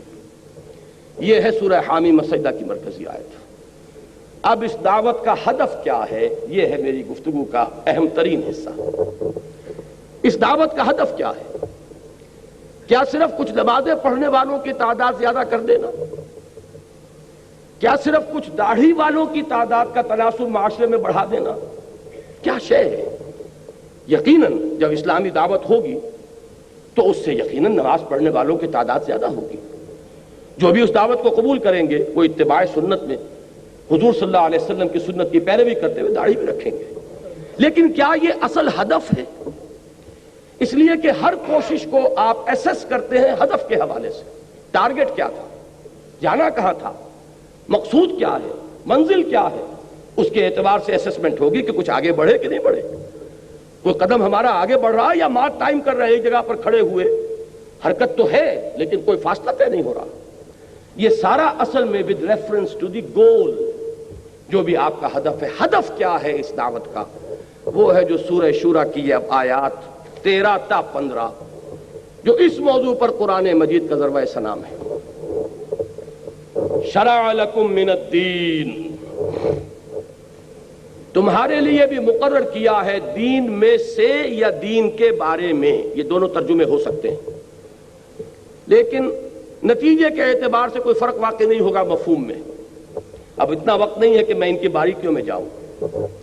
کیا چیز مقرر کی ہے؟ وہی ما وصی بہ نوحا، جس کی وصیت کی تھی اللہ نے نوح کو علی نبینا علیہ الصلوۃ والسلام، والذی اوحینا الیک، اور جو اے محمد ہم نے وحی کی ہے آپ کی جانب صلی اللہ علیہ وسلم، وما وصینا بہ ابراہیم و موسیٰ و عیسیٰ، اور جس کی ہم نے تاکید کی تھی ابراہیم کو اور موسیٰ کو اور عیسیٰ کو علی نبینا علیہ الصلوۃ والسلام۔ اب وہ ہے کیا؟ ان اقیموا الدین ولا تتفرقوا فیہ، کہ دین کو قائم کرو۔ یہ دین ایک اجتماعی نظام کی حیثیت سے پوری اجتماعی زندگی پر غالب آ جائے، اس لیے کہ انسان آپ کو معلوم ہے گریگوریس اینیمل ہے، متمدن حیوان ہے، مل جل کر رہتا ہے۔ تمدن نے بڑے ارتقائی مراحل طے کیے ہیں۔ کبھی انسان غاروں میں رہتا تھا تو کوئی اجتماعیت تھی ہی نہیں، انفرادیت ہی انفرادیت تھی۔ اس سے آگے ایک قبیلے کا نظام بنا تو کچھ نہ کچھ اجتماعیت آئی، اور دیکھیں نوٹ کر لیجیے جیسے جیسے اجتماعیت آئے گی انفرادیت کا دائرہ تنگ ہو جائے گا۔ آپ فلاں قبیلے کے ہیں، یہ اس کی رسم ہے، یہ اس کی ریت ہے، یہ اس کی روایت ہے، یہ اس کا شیخ ہے، اس کا کہنا ماننا پڑے گا، چاہے کسی جوان کا خون کھول رہا ہو، لیکن یہ کہ قبیلے کی روایت ہے، قبیلے کا نظم ہے، قبیلے کی قانون ہے، آپ کو پابندی کرنی پڑے گی۔ جہاں بھی نظام کی طرف پہلا قدم آیا ہے انفرادیت کا دائرہ سکڑنا شروع ہوا۔ اب بعض شہر تو ایسے تھے جو ایک ہی قبیلہ ان میں آباد تھا، اس سے اگلا سٹیپ جو انسان نے لیا ہے اجتماعیت کی طرف، چند قبیلوں نے مل جل کر ایک شہر میں رہنا شروع کیا۔ اس سے وہ چیز وجود میں آئی جسے آپ شہری ریاست کہتے ہیں، سٹی اسٹیٹ۔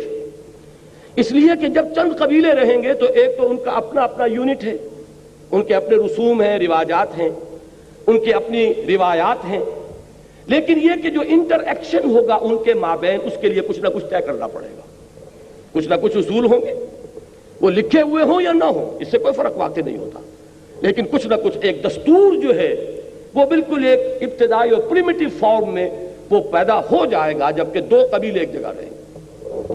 میں مثال دے دوں آپ کو، حضور صلی اللہ علیہ وسلم کی سیرت میں ہمیں یہ دونوں چیزیں بیک وقت نظر آتی ہیں، اس لیے کہ مکہ ایک قبیلے کا شہر تھا، وہاں صرف قرشی رہ سکتا تھا، یا قرشی کا غلام یا قرشی کا حلیف، کسی کی امان میں آپ آ گئے تو آپ رہ سکتے، تیسرا چوتھا کوئی کسی کیٹیگری کا آدمی وہاں نہیں رہ سکتا۔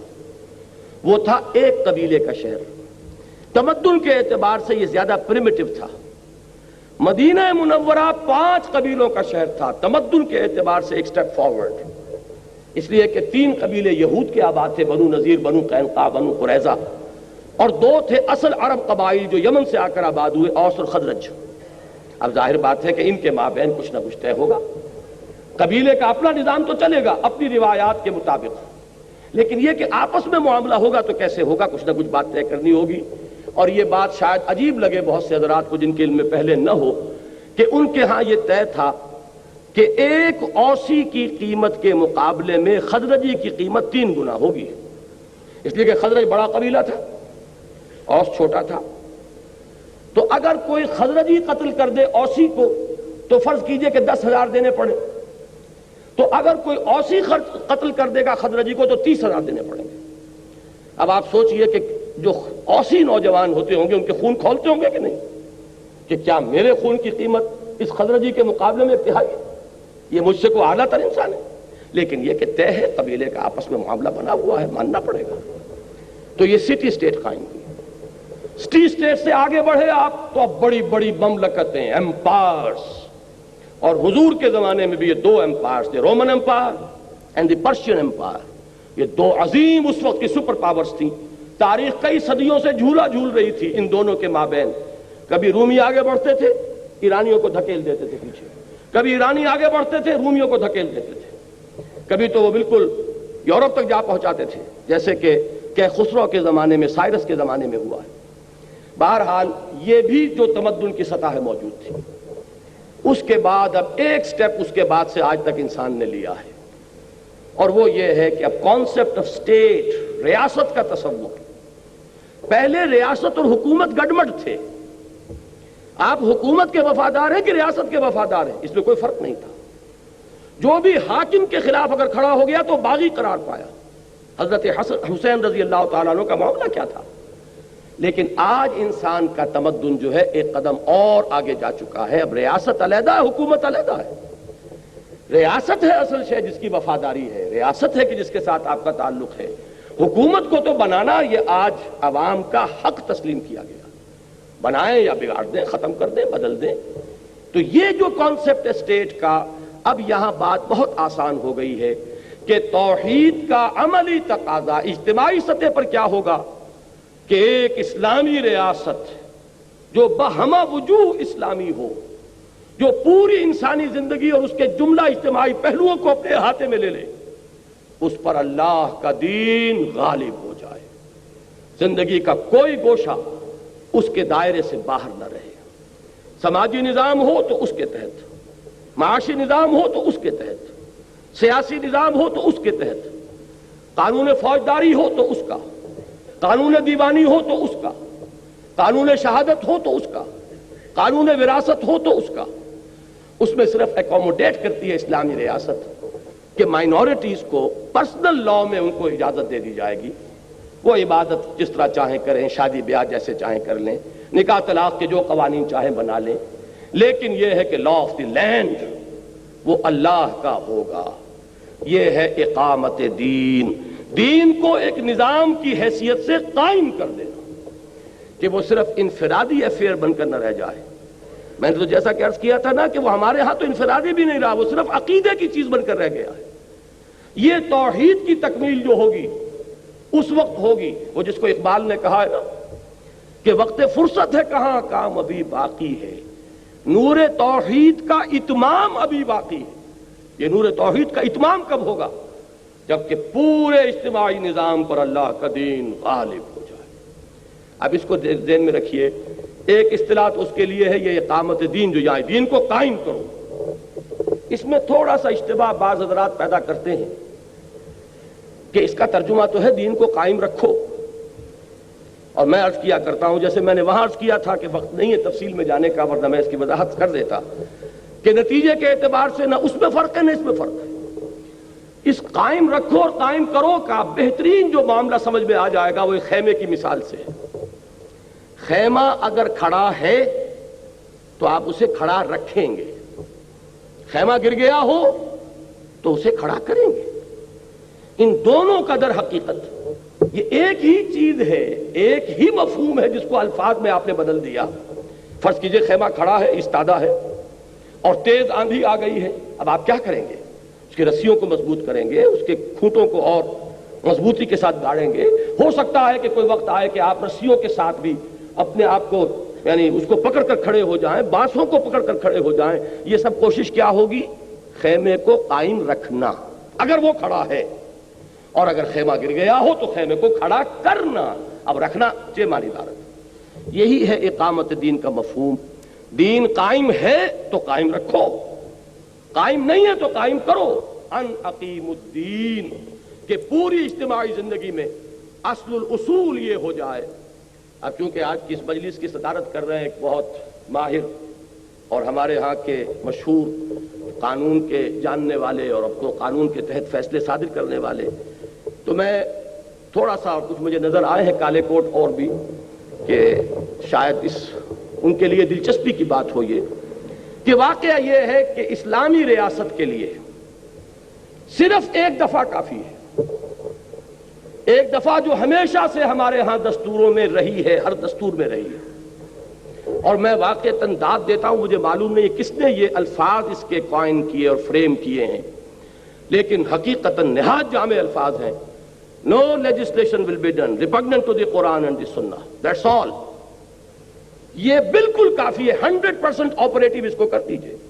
اس میں سے ایک چیز کو بھی مستثنا رکھا تو سب کی نفی ہو جائے گی، وہ ہو جائے گا وہ آیہ مبارکہ افتؤمنون ببعض الکتاب وتکفرون ببعض فما جزاء من يفعل ذلك منكم الا خزي في الحیاة الدنیا ويوم القیامة يردون الى اشد العذاب وما اللہ بغافل عما تعملون۔ کیا تم ہماری کتاب اور شریعت کے ایک حصے کو مانتے اور ایک کو نہیں مانتے؟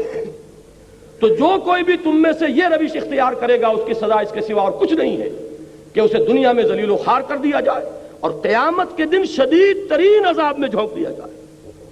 اور کان کھول کر سن لو کہ اللہ غافل نہیں ہے اس سے کہ جو کچھ تم کر رہے ہو، تمہارے ظاہر کو نہیں دیکھے گا، وہ تمہارے ایک ایک عمل سے واقف ہے۔ وَمَا اللَّهُ بِغَافِلٍ عَمَّا تَعْمَلُونَ۔ تو اگر ایک چیز کو بھی مستثنا کر دیا، مالیاتی معاملات مستثنا، آئلی قانون مستثنا، ہر شے کی نفی ہو گئی۔ آپ بڑی سے بڑی کورٹ بنا کر بٹھا دیجئے، بڑے سے بڑے علماء کو بٹھا دیجئے، اگر آپ نے شریعت کورٹ بنائی ہے، اگر آپ نے ایک پہلو سے بھی ان کے ہاتھ باندھ دیے تو کل کی نفی ہے۔ یہاں تو کل چاہیے، مخلصین لہ الدین، جیسے ایک فرد چاہے وہ کتنی ہی نمازیں پڑھ رہا ہو، روزے رکھ رہا ہو، اگر اس نے اللہ کی حرام کی ہوئی کسی شے کو اپنے لیے حلال ٹھہرا لیا، اس نے اپنی ہر شے کی نفی کر دی۔ ہاں اگر کہیں خطا ہو گئی، جذبات میں بہہ کر غلطی کر بیٹھا ہے، کہیں انسان پر غفلت طاری ہو گئی تھی، اس خودی اور انا کی گرفت جو ہے اس کے حیوانی محرکات عمل پر کمزور پڑ گئی تھی، اس وقت کوئی حرکت اس سے سرزد ہو گئی، کوئی حرج نہیں، فوراً توبہ کرو۔ انما التوبۃ علی اللہ للذین یعملون السوء بجہالۃ ثم یتوبون من قریب۔ اللہ تعالیٰ نے اپنے ایسے بندوں کی توبہ کو قبول کرنا اپنے اوپر واجب کر لیا ہے جو نادانی میں جذبات کی رو میں بہہ کر کوئی غلط حرکت کر بیٹھتے ہیں لیکن پھر فوراً رجوع کرتے ہیں، اس لیے کہ جذبات کا طوفان جو ہے، میں ابھی کوئٹے میں مثال دے کر آیا ہوں، پہاڑی علاقے کے لوگ خود سمجھتے ہیں، ہمارے میدانی علاقوں میں سیلاب آتا ہے تو رفتہ رفتہ آتا ہے، جاتا ہے تو بھی جاتے جاتے جاتا ہے، اور پہاڑی علاقوں میں آتا ہے تو طوفان آنن فانن اور جاتا بھی اسی طرح ہے۔ جذبات کا معاملہ بھی یہ ہے، اس میں طوفان آتا ہے، جوش آتا ہے، وہ بھی بڑی تیز رفتاری سے، لیکن پھر وہ جاتا بھی اسی رفتار سے۔ تو جذبات کی رو میں بہہ کر کوئی عمل انسان نے اگر کیا ہے تو جیسے ہی وہ جذبات کا ریلا گزر جائے گا سیلاب کا، فوراً ہوش میں آئے گا یہ میں کیا کر بیٹھا، یہ مجھ سے کیا ہو گیا۔ اب اس کے اندر پشیمانی پیدا ہوئی، وہ اس پشیمانی کے ساتھ، دیکھیے اقبال کا یہ شعر آپ کو معلوم ہوگا، بالکل نوجوانی کا، جس پر داغ دہلوی نے یہ کہا تھا کہ صاحبزادے اس عمر میں، اور یہ شعر موتی سمجھ کے شان کریمی نے چن لیے قطرے جو تھے میرے عرق انفعال کے۔ یہ پشیمانی سے جب پیشانی جو ہے عرق آلود ہو جاتی ہے تو اللہ تعالیٰ کو بہت محبوب ہے۔ اللہ تعالیٰ اپنے اس بندے کو بہت محبت بھری نگاہ سے دیکھتے ہیں کہ اس سے خطا ہو گئی تھی لیکن اس پر فوراً پشیمانی طاری ہوئی ہے اور اس کی پیشانی عرق آلود ہو گئی۔ اللہ تعالیٰ اس توبہ کو قبول کرتا ہے، اور بلکہ میں نے تو ترجمہ کر کے آپ کو بتایا، اللہ نے اپنے اوپر واجب کر لیا ہے اپنے ایسے بندے کی توبہ قبول کرنا، لیکن خوب جان بوجھ کر 100 بہانے بنا کر کیا کریں، اس کے بغیر گزارا نہیں، اس کے بغیر تو کوئی ممکن ہی نہیں ہے، کاروبار نہیں ہو سکتا، فلاں کام نہیں ہو سکتا، ہے تو حرام لیکن اب کیا کریں۔ یہ جو آپ کی کولڈ کیلکولیشن کے ساتھ اگر آپ نے ایک حرام شے کو بھی اپنی زندگی میں مستقل قائم کر دیا، آپ کی ساری دینداری کی نفی ہو جائے۔ ان دونوں کے درمیان زمین و آسمان کا فرق ہے۔ اسی طریقے سے اجتماعی سطح پر زندگی کے کسی گوشے کو بھی مستثنا کر لیں گے تو وہ آپ کا زکوٰۃ کا نظام اور صلاۃ کا نظام جو ٹوٹے پھوٹے انداز میں جو بھی قائم کیا گیا یا نہیں کیا گیا، اس کی کوئی حقیقت نہیں رہ جائے گی جب تک کہ یہ ایک دفعہ 100% آپریٹو نہ ہو جائے۔ باقی جن چیزوں پہ اصل جھگڑے ہمارے ہاں ہوتے ہیں ان کا اسلام سے کوئی تعلق نہیں، کوئی نص نہ قرآن کی ہے نہ حدیث کی ہے کہ آپ کا نظام جو ہے وہ پارلیمانی ہونا چاہیے کہ صدارتی ہونا چاہیے، آپ کا کانفیڈریشن ہونا چاہیے یا فیڈریشن ہونا چاہیے، یونٹری سسٹم آف گورنمنٹ ہونا چاہیے، کوئی لیجسلیچر بائی کیمرل ہو یونی کیمرل ہو، کوئی پرواہ نہیں، جو چاہو کرو، لیکن بس ایک دفعہ کو 100% آپریٹو کر دو۔ ہر شخص کو ہر وقت یہ حق حاصل ہو کہ وہ عدالت عالیہ کا جا کر کنڈا کھٹکھٹائے کہ جناب میں ثابت کرتا ہوں کہ فلاں قانون کی فلاں دفعہ کتاب و سنت کے خلاف کیجئے، آئیے علماء آئے، جو آئے آرگو کریں، ثابت کر دیں گے تو وہ کل عدم ہو جائے۔ اگر کوئی پارلیمنٹ کے زیر غور ہے کوئی قانون، ابھی وہ بل کی شکل میں ہے، ابھی وہ تجویز کی صورت میں ہے، اسی وقت آپ کنڈا کھٹکھٹا سکتے ہیں کہ اس کی فلاں شق جو ہے وہ کتاب و سنت کے منافی میں ثابت کرتا ہوں، وہ اسی وقت ختم ہو جائے گا۔ اس ایک چیز کو آپ قائم کر دیجئے کہ مطاع مطلق اللہ ہے اور زندگی کا کوئی گوشہ اس سے مستثنا نہیں ہے، اس کے دین کا غلبہ ہے پورے کے پورے نظام اطاعت پر۔ میں عرض کر رہا تھا کہ یہ قرآن مجید میں اصطلاحات متعدد ہیں، مفہوم ایک ہی ہے۔ بالکل آغاز میں فرمایا گیا تھا یا ایھا المدثر قم فانذر وربک فکبر، اے لحاف میں لپٹ کر لیٹنے والے صلی اللہ علیہ وسلم، اب اٹھو، کمر کس لو، اپنی عملی جد و جہد کا آغاز کرو، اور اس کا نقطہ آغاز کیا ہے؟ انذار، آخرت کی خبر دینا۔ نیند کے ماتوں کو جگاؤ، یہ سمجھے ہوئے ہیں کہ یہی بس دنیا ہی دنیا ہے، کوئی آخرت نہیں، کوئی حساب کتاب نہیں۔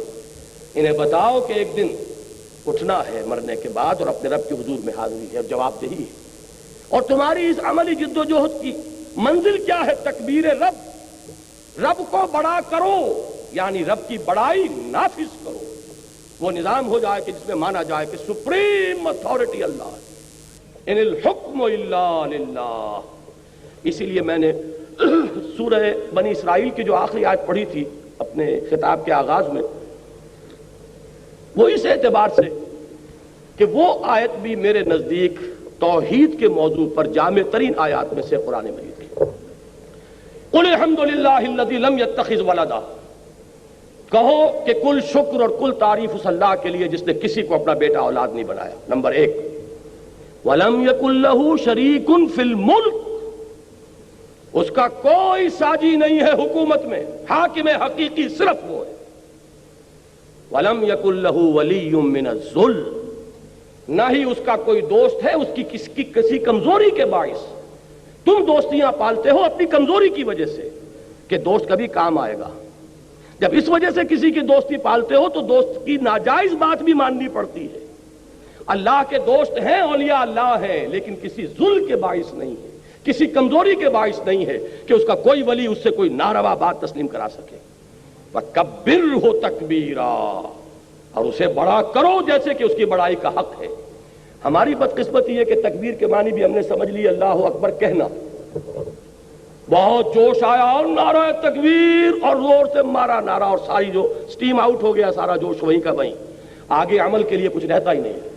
اور تکبیر کے معنی یہ سمجھے کہ اللہ اکبر کہنا، حالانکہ اللہ اکبر کہنا تو اس کے معنی جزون یا مجازن ہوں گے۔ تکبیر کے لفظی معنی کیا ہے؟ کسی شے کو بڑا کرنا۔ اس میں تصغیر تو آپ نے پڑھا ہوگا گرامر میں، کسی چیز کو چھوٹا کرنا، ریور سے ریویولٹ، بک سے بکلیٹ، یہ چھوٹا کر رہے ہیں، اس میں تصغیر ہے۔ کتاب سے کتابچہ، تسہیل کے معنی کیا ہے؟ کسی شے کو آسان بنانا۔ تکبیر کے معنی کسی کو بڑا کرنا۔ اللہ بڑا تو ہے لیکن اس کی بڑائی یہاں نافذ نہیں ہے، قائم نہیں ہے، مانی نہیں جا رہی، اس کی بڑائی کو نافذ کرو۔ یہ ہے ہدف محمد الرسول اللہ صلی اللہ علیہ وسلم کا، پوری جد و جہد کا جو ہدف ہے۔ یہی وہ چیز ہے جو یہاں فرمائی ان اقیم الدین، یہی وہ چیز ہے کہ جو قرآن مجید کی مدنی صورتوں میں 3 جگہ پر آئی، هو الذی ارسل رسولہ بالہدی ودین الحق لیظہرہ علی الدین کلہ۔ وہی ہے اللہ جس نے بھیجا اپنے رسول کو صلی اللہ علیہ وسلم الہدا اور دین حق دے کر تاکہ غالب کریں اسے کل کے کل دین پر، پورے کے پورے نظام اطاعت پر۔ کوئی بھی حصہ مستثنا رہ گیا، آپ کو معلوم ہے کہ کل میں سے چاہے چھوٹا سے چھوٹا جز نکال لیں، باقی جو ہوگا وہ بھی اب کل نہیں جز رہ جائے گا۔ 100 میں سے ایک نکال لیں گے تو 99 بھی کل نہیں ہے، وہ بھی اس کا ایک جز ہے۔ تو کوئی چیز بھی نکل گئی تو علی الدین کل ہی کا تقاضا ختم ہو گیا۔ یہی مفہوم آیا ہے سورہ انفال میں، اور یہ کب آیا؟ جبکہ حضور کی وہ انقلابی جد و جہد جس پر مجھے تفصیل سے گفتگو کل کرنی ہے انشاءاللہ، وہ جو آپ کو کوئی ایک نقشہ سا تقسیم ہوا ہوگا لاہور ناظم آباد میں، میری ایک تقریر کل ہے۔ یہ جو تکبیر رب ہے یا اقامت دین ہے یا اظہار و دین الحق علی الدین کلہ ہے، اس کے لیے جدید اصطلاح ہے اسلامی انقلاب۔ وہ اسلامی انقلاب کیا ہے؟ اللہ کے نظام کی بالادستی۔ اسی کے لیے جب حضور کی انقلابی جد و جہد کا مرحلہ وہ آ گیا، آرمڈ کانفلکٹ والا، مسلح تصادم والا، تو فرمایا گیا سورہ انفال میں وَقَاتِلُوهُمْ حَتَّى لَا تَكُونَ فِتْنَةٌ وَيَكُونَ الدِّينُ كُلُّهُ لِلَّهِ۔ اے مسلمانوں، اب جب کہ تمہاری تلواریں نیاموں سے باہر آ گئی ہیں، اب یہ واپس نیام میں نہیں جائیں گی جب تک کہ بغاوت اور فتنہ اور فساد بالکل فرو نہ ہو جائے اور دین کل کا کل صرف اللہ کے لیے۔ یہ کل کے لفظ پر غور کیجئے۔ آپ نے اگر کچھ اجزاء کو سمیٹ کر اور سمجھا ہوا ہے کہ آپ نے دین کو سینے سے لگا رکھا ہے، تو یہی ہے اصل میں مغالطہ، یہی ہے سنویت، یہی ہے تسلیس۔ کہیں دین انسان کے نظام زندگی کو 3 حصوں میں تقسیم کر دیا گیا۔ اسلام ہمارا دین ہے، بلکہ دین کے بجائے وہاں لفظ مذہب ہونا چاہیے تھا، اور جمہوریت ہماری سیاست ہے، اور سوشلزم ہماری وہ معاشیت کہا کرتے تھے معیشت کی بجائے۔ بہرحال یہ تسلیس ہے، اور جو سیکولرزم ہے یہ سنویت ہے کہ ایک ہمارا اجتماعی نظام ہے، اس کا مذہب سے کوئی تعلق نہیں، مذہب کا تعلق جو ہے وہ نماز روزے پرسنل لا سے ہے۔ یہ سنویت ہے۔ توحید کیا ہے؟ کہ پوری انسانی زندگی ایک وحدت، ایک ایسی وحدت کہ جس کا کوئی حصہ بھی اس سے منفک نہ ہونے پائے، این آرگینک ہول، حیاتیاتی وحدت۔ ایک ان آرگینک ہوتا ہے معاملہ۔ اگر آپ کا لوہا پڑا ہوا 10 من، آپ نے اس میں سے 2 من ادھر کر دیا، 8 من ادھر کر دیا، لیکن ہاتھی کا جو آرگینک ہول ہے وہ اگر 50 من کا ہے تو اس کو 20-20 من کے 2 حصوں میں کرو گے تو وہ ختم ہو جائے۔ یہ جو حیاتیاتی وحدت ہے، آرگینک ہول، اسلام ایک نظام زندگی کی حیثیت سے ایک آرگینک ہول ہے۔ اب میں یہ کل عرض کرنے والا ہوں اصل میں کہ اسلامی نظام جسے ہم کہتے ہیں اجتماعی نظام، وہ بھی در حقیقت اسی نقطہ توحید کی شرحیں ہیں۔ یہ سب کیا ہے؟ فقط ایک نقطہ ایمان کی تفسیریں۔ اسلام کا معاشی نظام، اس کی اصل اصول توحید۔ اسلام کا سیاسی نظام، اس کا اصل اصول توحید۔ اسلام کا سماجی نظام، اس کا اصل اصول توحید۔ لیکن وہ میری اس وقت کی گفتگو سے باہر ہے۔ بہرحال عملی تقاضا جان لیجئے، توحید، عقیدہ توحید کا عملی تقاضا اجتماعی سطح پر یہ ہے کہ اس نظام کو قائم کرنے کی جد و جہد کیجئے، اس کے لیے تن من دھن لگا دیجئے۔ یہی ہے جسے جہاد فی سبیل اللہ کہا گیا ہے اس آیت میں کہ قُلْ إِنْ كَانَ آبَاؤُكُمْ وَأَبْنَاؤُكُمْ وَإِخْوَانُكُمْ وَأَزْوَاجُكُمْ وَعَشِيرَتُكُمْ وَأَمْوَالٌ اقْتَرَفْتُمُوهَا وَتِجَارَةٌ تَخْشَوْنَ كَسَادَهَا وَمَسَاكِنُ تَرْضَوْنَهَا أَحَبَّ إِلَيْكُم مِّنَ اللَّهِ وَرَسُولِهِ وَجِهَادٍ فِي سَبِيلِهِ فَتَرَبَّصُوا حَتَّى يَأْتِيَ اللَّهُ بِأَمْرِهِ وَاللَّهُ لَا يَهْدِي الْقَوْمَ الْفَاسِقِينَ۔ تو یہ جہاد فی سبیلہ کیا ہے؟ اب اس کو میں علامہ اقبال کے الفاظ میں اگر آپ کے سامنے بیان کروں، اس قدر خوبصورت اشعار ہیں یہ، جب پہلی مرتبہ میں نے پڑھے تو دنگ رہ گیا کہ ایک شخص کی عظمت، اس کے فکر کی بلندی کا کوئی تصور۔ اقبال نے جو کہا تھا غالب کے بارے میں کہ فکر انسان پر تیری ہستی سے یہ روشن ہوا، ہے پرے مرغ تخیل کی رسائی تا کجا۔ تو میں سمجھتا ہوں کہ غالب کے بارے میں تو خیر انہوں نے کہا، اور میں اس پہ کوئی تنقید نہیں کرتا، میں سمجھتا ہوں کہ کچھ احتراماً ادباً کہا ہے۔ حقیقتاً یہ شعر اگر راست آتا ہے تو خود علامہ اقبال پر۔ فکر کی اس بلندی کو دیکھیے، مقام بندگی دیگر، مقام عاشقی دیگر۔ ذرا نوٹ کیجئے، یہ بندگی، یہ میں نے عرض کیا تھا کہ یہ پہلا تقاضا ہے عملی انفرادی سطح پر، اللہ کا بندہ بن جانا، ہمتاً اس کی اطاعت کو خالص کرتے ہیں۔ مقام بندگی دیگر، یہ بھی ابھی پہلا مقام ہے، اور یہ مقام تو وہ ہے کہ جس پر پورے اتر رہے ہیں فرشتے۔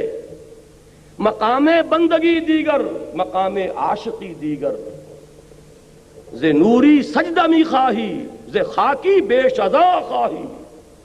یہ نوری جو ہے فرشتہ، اس سے تجھے سجدہ چاہیے۔ وَنُسَبِّحُ وَنُقَدِّسُ لَكَ نَحْنُ نُسَبِّحُ بِحَمْدِكَ وَنُقَدِّسُ لَكَ، یہ تو ان کی شان ہے ہی ہے، اللہ کے ہر حکم کی تعمیل کر رہے ہیں، لیکن اس سے آگے اس سے تقاضا کچھ نہیں ہے۔ اس خاکی انسان سے اللہ تیرا تقاضا اس سے بھی کہیں زیادہ ہے۔ ز نوری سجدہ می خواہی، ز خاکی بے شذا خواہی، چنا خدرا نگہداری کے بائیں بے نیازی ہا، شہادت بر وجود خود ز خون دوستاں خواہی۔ تو چاہتا کیا ہے؟ تیرے چاہنے والے اپنے خون کی سرخی سے تیری توحید کے نظام کو قائم کریں، تیرا نظام دنیا میں برپا کریں، اپنی گردنیں کٹوائیں۔ ان اللہ یحب الذین یقاتلون فی سبیلہ صفا کانہم بنیان مرصوص، اللہ کو تو محبت اپنے ان بندوں سے ہے جو اس کی راہ میں جنگ کرتے ہیں صفے باندھ کر، گویا کہ سیسا پلائی ہوئی دیوار ہے۔ یہ مقام عاشقی ہے۔ کیوں ہے؟ ذرا سمجھ لیجئے اس کو بھی۔ اس کو ایک حدیث کے حوالے سے بہت خوبصورتی سے سمجھا جا سکتا ہے۔ حضور فرماتے ہیں، یہ ویسے تو بیہقی کی روایت ہے، لیکن مولانا اشرف علی تھانوی رحمۃ اللہ علیہ نے جو خطبات جمعہ مرتب کیے ہیں ان میں بھی یہ حدیث انہوں نے شامل کی ہے۔ اوحى اللہ عز وجل الی جبرائیل علیہ الصلوۃ والسلام ان اقلب مدینۃ کذا و کذا باہلھا، اللہ تعالیٰ نے حضرت جبرائیل کو حکم دیا کہ فلاں فلاں بستیوں کو اس کے رہنے والوں سمیت الٹ دو، تل پٹ کر دو۔ جیسے عذاب قوم لوط پر آیا یا کسی اور قوم پر آیا، اس طرح کے عذاب کا حکم، عذاب استیصال، عذاب ہلاکت۔ قال فقال، حضور فرماتے کہ اس پر حضرت جبرائیل نے عرض کیا بارگاہ خداوندی میں، ان فیہا عبدک فلانا لم یعصک طرفۃ عین، پروردگار اس بستی کو الٹ دوں، درا حالے کہ اس میں تو تیرا وہ بندہ بھی ہے، فلاں بندہ جس نے کبھی پلک جھپکنے جتنی دیر بھی معصیت میں بسر نہیں کی۔ اب مقام بندگی پر با تمام و کمال متمکن ہونے کا اس سے آگے کوئی مقام ہے، کوئی مرتبہ ہے؟ ایک شخص اتنا زاہد، اتنا عابد، اتنا اطاعت شعار، اتنا فرما بردار کہ گواہی دینے والے کون ہیں؟ جبرائیل۔ کہاں دے رہے ہیں؟ بارگاہ خداوندی میں، جہاں ابو جہل بھی جھوٹ نہیں بول سکے گا۔ وقال صوابا، وہاں اور یہاں جبرائیل ہیں۔ کوئی مبالغے والی بات نہیں ہو سکتی، لیکن ایک مرتبہ میری زبان سے یہ الفاظ نکلے، یہ مبالغہ نہیں ہے، لیکن آپ زیادہ سے زیادہ مبالغہ کریں گے تو اور کیا کہیں گے؟ آپ سوچئے، اس سے آگے کہنے کے لیے کچھ ہے؟ لم یعصک طرفۃ عین، پروردگار اس نے تو تیری کبھی معصیت میں پلک جھپکنے جتنی مدت بھی بسر نہیں کی، اس کو بھی ہلاک کر دوں۔ قال فقال، حضور فرماتے ہیں کہ اس پر اللہ تعالیٰ نے فرمایا اقلبھا علیہ وعلیہم، الٹو اس بستی کو، پہلے اس ناہنجار پر پھر دوسروں پر۔ کیوں؟ یہ کیوں دوہرا مجرم ہو گیا؟ فإن وجہہ لم یتمعر فی ساعۃ قط، اس لیے کہ اس کے چہرے کا رنگ کبھی میری غیرت اور حمیت کی بنیاد پر متغیر نہیں ہوا۔ وہ لگا رہا مست رکھو ذکر و فکر صبح گاہی میں اسے، اور پختہ تر کر دو مزاج خانقاہی میں اسے۔ اس کا معاملہ یہ رہا، وہ اپنی ہی ذاتی نیکوکاری میں اور عبادت گزاری میں اور دینداری میں لگا رہا، اس کی غیرت اور حمیت نے کبھی جوش نہیں مارا، اس کے خون کبھی کھولا نہیں اس پر کہ میرے قانون کی دھجیاں بکھر رہی تھیں، میری شریعت کا استہزاء ہو رہا تھا، منکرات پھیلتے چلے جا رہے تھے، اور تو فقط اللہ اللہ اللہ، یہ دوہرا مجرم ہے، لہذا پہلے اس پر الٹو۔ اقلبھا علیہ وعلیہم فإن وجہہ لم یتمعر فی ساعۃ قط۔ میں مثال دے کر سمجھایا کرتا ہوں عوامی اجتماعات میں کہ آپ کو کوئی ماں کی گالی دے دے، کیا ہوگا؟ اگر تو کچھ آپ میں جان ہے تو وہ جانے نہیں پائے گا، اور اگر جان نہیں ہے تب بھی کم سے کم اگر آپ اس سے انتقام نہیں لے سکتے تو پورے جسم کا خون تو ایک مرتبہ آپ کے چہرے میں آ جائے گا، آپ اپنی جگہ پر کانپ کر تو رہ جائیں گے، کھول تو اٹھے گا آپ کا خون۔ اور اگر یہ بھی نہیں ہے تو اس کا مطلب ہے بے غیرت اور بے حمیت ہے۔ اسی طریقے سے اللہ کے دین کو پامال دیکھ کر کہ پستی کا کوئی حد سے گزر نہ دیکھے، اسلام کا گر کر نہ ابھرنا دیکھے، مانے نہ کبھی کہ مد ہے ہر جزر کے بعد دریا کا ہمارے جو اترنا دیکھے۔ اور اے خاصہ نے رسول وقت دعا ہے، امت پہ تیری آ کے عجب وقت پڑا ہے، وہ دین جو بڑی شان سے نکلا تھا وطن سے، پردیس میں وہ آج غریب الغربا ہے۔ اور اقبال نے بھی یہی مرثیے کہے ہیں، اے باد صبا کملی والے سے جا کہیو پیغام میرا، قبضے سے امت بیچاری کے دین بھی گیا دنیا بھی گئی۔ اس حال کو دیکھ کر ایک انسان اپنے دھندے، اپنے کاروبار، اپنے کارخانے، اپنی تجارتیں، اپنے پروفیشن، ان میں مگن ہے، اس کا خون جوش نہیں کھا رہا۔ وہ اللہ تعالیٰ کی غیرت و حمیت سے اس درجے تہی ہو چکا ہے، دینی حمیت اور غیرت سے اس درجے محروم ہو چکا ہے کہ اس کے احساسات پر جوں تک نہیں رہی، تو معلوم ہوا کہ ایمان کا بیڑا غرق ہو چکا ہے۔ وہ جو اقبال نے ایک نظم لکھی ہے روہیلا پر، روہیلا کس قدر ظالم جفاجو کینہ پرور تھا، نکالی شاہ تیموری کی آنکھیں نو کے خنجر سے، اس میں آخری واقعہ آپ نے پڑھا ہوگا جس کو نظمایا ہے کہ اس روہیلے نے یہ ذرا جائزہ لینے کے لیے کہ اب تیموری خون کے اندر کوئی حمیت کی حرارت رہ گئی ہے یا نہیں، تو جب وہ گیا حرم میں تو وہاں جا کر اس نے اپنا جو کمر بند تھا جس میں خنجر لگے تو کھول کر رکھ دیا اور لیٹ گیا استراحت کے لیے۔ بہانہ یہ بنایا کہ سو رہا ہوں، کہ دیکھیں ان تیموری بیگمات کے اندر کوئی حمیت و غیرت ہے، کوئی میرا خنجر لے کر مجھ پر حملہ آور ہوتی ہے کہ نہیں۔ جب دیکھا کہ کچھ نہیں ہوا تو کہا کہ غیرت نام تھا جس کا گئی تیمور کے گھر سے، وہ غیرت دینی ہے کہ جس سے ہم تہی دست ہو چکے ہیں۔ اور توحید کا تقاضا یہ ہے، توحید کے تقاضے میں بشریت اور نور کا جھگڑا، توحید کے مباحث کے اندر سایہ تھا کہ نہیں تھا، توحید کے مباحث اور شرک کے مباحث میں علم غیب کا جھگڑا جو کبھی طے ہوا نہ ہوگا، اس لیے کہ سوائے لفظی نزاع کے کچھ بھی نہیں، وہ ایک لفظی جھگڑا ہے۔ میں نے عرض کیا تھا نا کہ جو توحید صفاتی ہے یہ بڑا ہی نازک معاملہ ہے کہ الفاظ مشترک ہیں صفات کے لیے جو مستعمل ہے اللہ کے لیے مخلوقات کے لیے، اب اس میں جو چاہیں آپ کہتے رہیے، لیکن یہ کہ اصل یہ ہے میدان وَفِي ذَلِكَ فَلْيَتَنَافَسِ الْمُتَنَافِسُونَ۔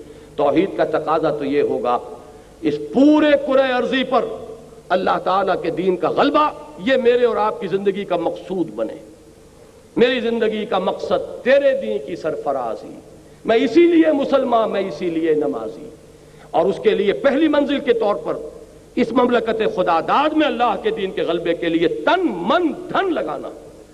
لیکن اس کے شرط اولین وہی ہوگی پہلے اپنے وجود پر اللہ کے دین کو قائم کیا۔ اگر اپنے اس چھوٹے سے وجود پر اللہ کے دین کو قائم نہیں کر سکتے تو کوئی حق نہیں پہنچتا اسلام کا نام بھی اپنی زبان سے لینے کا۔ لیکن یہ ہے کہ اگر اس تدریج سے چلیں گے تو توحید کا عملی تقاضا انفرادی سطح پر پورا کیجئے، اور پھر توحید کا عملی تقاضا اجتماعی سطح پر پورا کرنے کے لیے کمر بستہ ہو جائیے۔ وہ تکبیر رب کے لیے جو میں عرض کر رہا تھا اقبال کے دو اشعار وہ بھی بہت خوبصورت ہیں۔ یا وسعت افلاک میں تکبیر ہو اللہ، یا خاک کی آغوش میں تسبیح و مناجات، وہ مسلک مردان خداگاہ خدا مست، اور یہ مذہب ملا و جمادات و نباتات۔ یہ صرف تسبیح تو فقط اللہ اللہ اللہ، یہ تو در حقیقت وہی شخص کے جو کمر کس چکا ہو تن من دھن لگانے کے لیے جب وہ تسبیح کرے گا تو کائنات وجد میں آئے گی۔ یہی دو اشعار ہیں اقبال کے کہ پرواز ہے دونوں کی اسی ایک فضا میں، کرگس کا جہاں اور ہے شاہی کا جہاں اور، الفاظ و معانی میں تفاوت نہیں لیکن ملا کی اذاں اور مجاہد کی اذاں اور، الفاظ وہی ہیں۔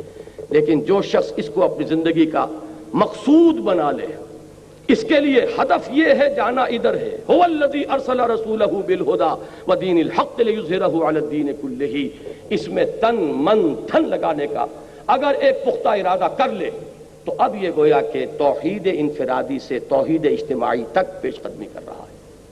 میں آخری بات صرف یہ عرض کروں گا کہ یہ توحید اجتماعی تھی کہ جو محمد الرسول اللہ نے اپنی 23 سالہ جد و جہد کے نتیجے میں جزیرہ نمائے عرب کو جس سے جگمگا دیا۔ صرف عقیدے کی توحید نہیں تھی، عقیدے میں توحید، علم میں توحید، نظریے میں توحید، فکر میں توحید، انفرادی سطح پر توحید اور اجتماعی سطح پر توحید، جاء الحق وزهق الباطل ان الباطل کان زہوقا۔ لیکن یہ جان لیجئے اس توحید کی تکمیل اس وقت ہوگی۔ دیکھیے ایک چیز ہے یہاں سے یہاں تک کی اونچائی، ایک ہے اس پورے ہال کے اندر اس پوری اونچائی کا تصور کرنا۔ جزیرہ نمائے عرب میں تکمیل ہو گئی دین کی اور تکمیل ہو گئی توحید کی، لیکن جزیرہ نمائے عرب میں ہوئی، جبکہ اس کو ہونا ہے پورے کرۂ ارضی پر محمد الرسول اللہ صلی اللہ علیہ وسلم کی بعثت کا مقصد بتمام و کمال اس وقت پورا ہوگا۔ اسی کو اقبال نے تعبیر کیا نا کہ وقت فرصت ہے کہاں، کام ابھی باقی ہے، نور توحید کا اتمام ابھی باقی ہے۔ اس کے لیے نبی اکرم صلی اللہ علیہ وسلم کی بھی دی ہوئی خبر ہے، قیامت سے پہلے وہ وقت آ کر رہے گا، یہ توحید کامل بتمام و کمال پورے کرۂ ارضی پر قائم ہو کر رہے گا۔ حضور نے فرمایا کہ کوئی گھر نہیں رہے گا روئے ارضی پر، نہ گارے اور اینٹوں کا بنا ہوا اور نہ کوئی اونٹ کے بالوں کے کمبلوں کے بنا ہوا خیمے کی صورت میں جس میں اللہ کا دین داخل نہ ہوتا ہے۔ وہ وقت آ کر رہے گا، لیکن اصل میں میری اور آپ کی جو وفاداری ہے اس کا تقاضا کیا ہے؟ وہ تو آئے گا، لیکن ہماری کنٹریبیوشن کیا ہے؟ ہم نے کیا محنت کی ہے؟ ہم نے اس کے لیے تن من دھن کتنا لگایا ہے؟ ہم نے اس کے لیے کتنی توانائیاں صرف کی ہیں؟ میری اور آپ کی کامیابی کا دار و مدار اس پر ہے۔ آ کر تو وہ رہے گا، اور میں آج آپ کو چند اشعار سنانا چاہتا ہوں اپنی اس گفتگو کے آخر میں، جو خبر کے نبی اکرم صلی اللہ علیہ وسلم نے دی، جس کا ذکر شاہ ولی اللہ دہلوی رحمۃ اللہ علیہ نے کیا ہے ازالۃ الخفا عن خلافت الخلفاء میں، کہ وہ وقت آ کر رہے گا اور یہ آیہ مبارکہ هو الذی ارسل رسولہ بالہدی ودین الحق لیظہرہ علی الدین کلہ بتمام و کمال اس وقت ظہور پذیر ہوگی جبکہ پورے کرۂ ارضی پر اللہ کا دین اسی طرح غالب ہو جائے جیسے کہ محمد الرسول اللہ صلی اللہ علیہ وسلم نے بنفس نفیس جزیرہ نمائے عرب پر غالب کر دیا تھا۔ تو وہ وقت آ کر رہے گا، مجھے کچھ اندازہ ہوتا ہے اسی وقت کی پیشین گوئی کی ہے علامہ اقبال نے۔ یہ اشعار میں آپ کو سنا رہا ہوں بانگ درا کے۔ آسماں ہوگا سحر کے نور سے آئینہ پوش، اور ظلمت رات کی سیما پا ہو جائے گی، اس قدر ہوگی ترنم آفری باد بہار، نکھتے خوابیدہ غنچے کی نوا ہو جائے گی، آ ملیں گے سینہ چاکانے چمن سے سینہ چاک، بزم گل کی ہم نفس باد صبا ہو جائے گی، شبنم افشانی میری پیدا کرے گی سوز و ساز، اس چمن کی ہر کلی درداشنا ہو جائے گی، پھر دلوں کو یاد آ جائے گا پیغام سجود، یہ ہے وہ توحید کا عملی تقاضا انفرادی سطح پر، پھر دلوں کو یاد آ جائے گا پیغام سجود، پھر جبیں خاک حرم سے آشنا ہو جائے گی، آنکھ جو کچھ دیکھتی ہے لب پہ آ سکتا نہیں، محو حیرت ہوں کہ دنیا کیا سے کیا ہو جائے گی، شب گریزاں ہوگی آخر جلوہ خورشید سے، یہ چمن معمور ہوگا نغمہ توحید سے، وہ نغمہ توحید ہے وَيَكُونَ الدِّينُ كُلُّهُ لِلَّهِ، جب یہ ترانہ اس کائنات کے ایک ایک ذرے سے ادا ہو رہا ہوگا، جبکہ یہ پورا اجتماعی نظام انسانی زندگی کا پورے کرۂ ارضی پر اللہ کے دین کے تابع ہو چکا ہوگا۔ اب رہ گئی یہ بات کہ اگر یہ مقصد ہم بنا لیں تو کریں کیا اور کیسے، یہ میری کل کی گفتگو کا موضوع ہے۔ جن حضرات کو اس سے دلچسپی ہو وہاں بھی آنے کی تکلیف گوارا کریں۔ میں فاران کلب کا بھی ممنون ہوں تہہ دل سے کہ انہوں نے مجھے یہ موقع فراہم کیا کہ میں آپ حضرات سے ہم کلام ہو سکا، اور آپ سب حضرات کا بھی شکریہ ادا کرتا ہوں کہ آپ نے پورے صبر اور سکون کے ساتھ میری گفتگو کو سنا ہے۔ اللہ تعالیٰ اسے میرے لیے بھی مفید بنائے، آپ کے لیے بھی مفید بنائے۔ یہ صرف ایک کان سے سن کر دوسرے کان سے نکال دینے والی بات نہ ہو، بلکہ اس پر غور تو کریں، سوچیں تو صحیح۔ یہ ہے وہ توحید کہ زندہ قوت تھی زمانے میں یہ توحید کبھی، اور اب کیا ہے فقط ایک مسئلہ علم کلام۔ اقول قولی ھذا واستغفر اللہ لی ولکم ولسائر المسلمین والمسلمات۔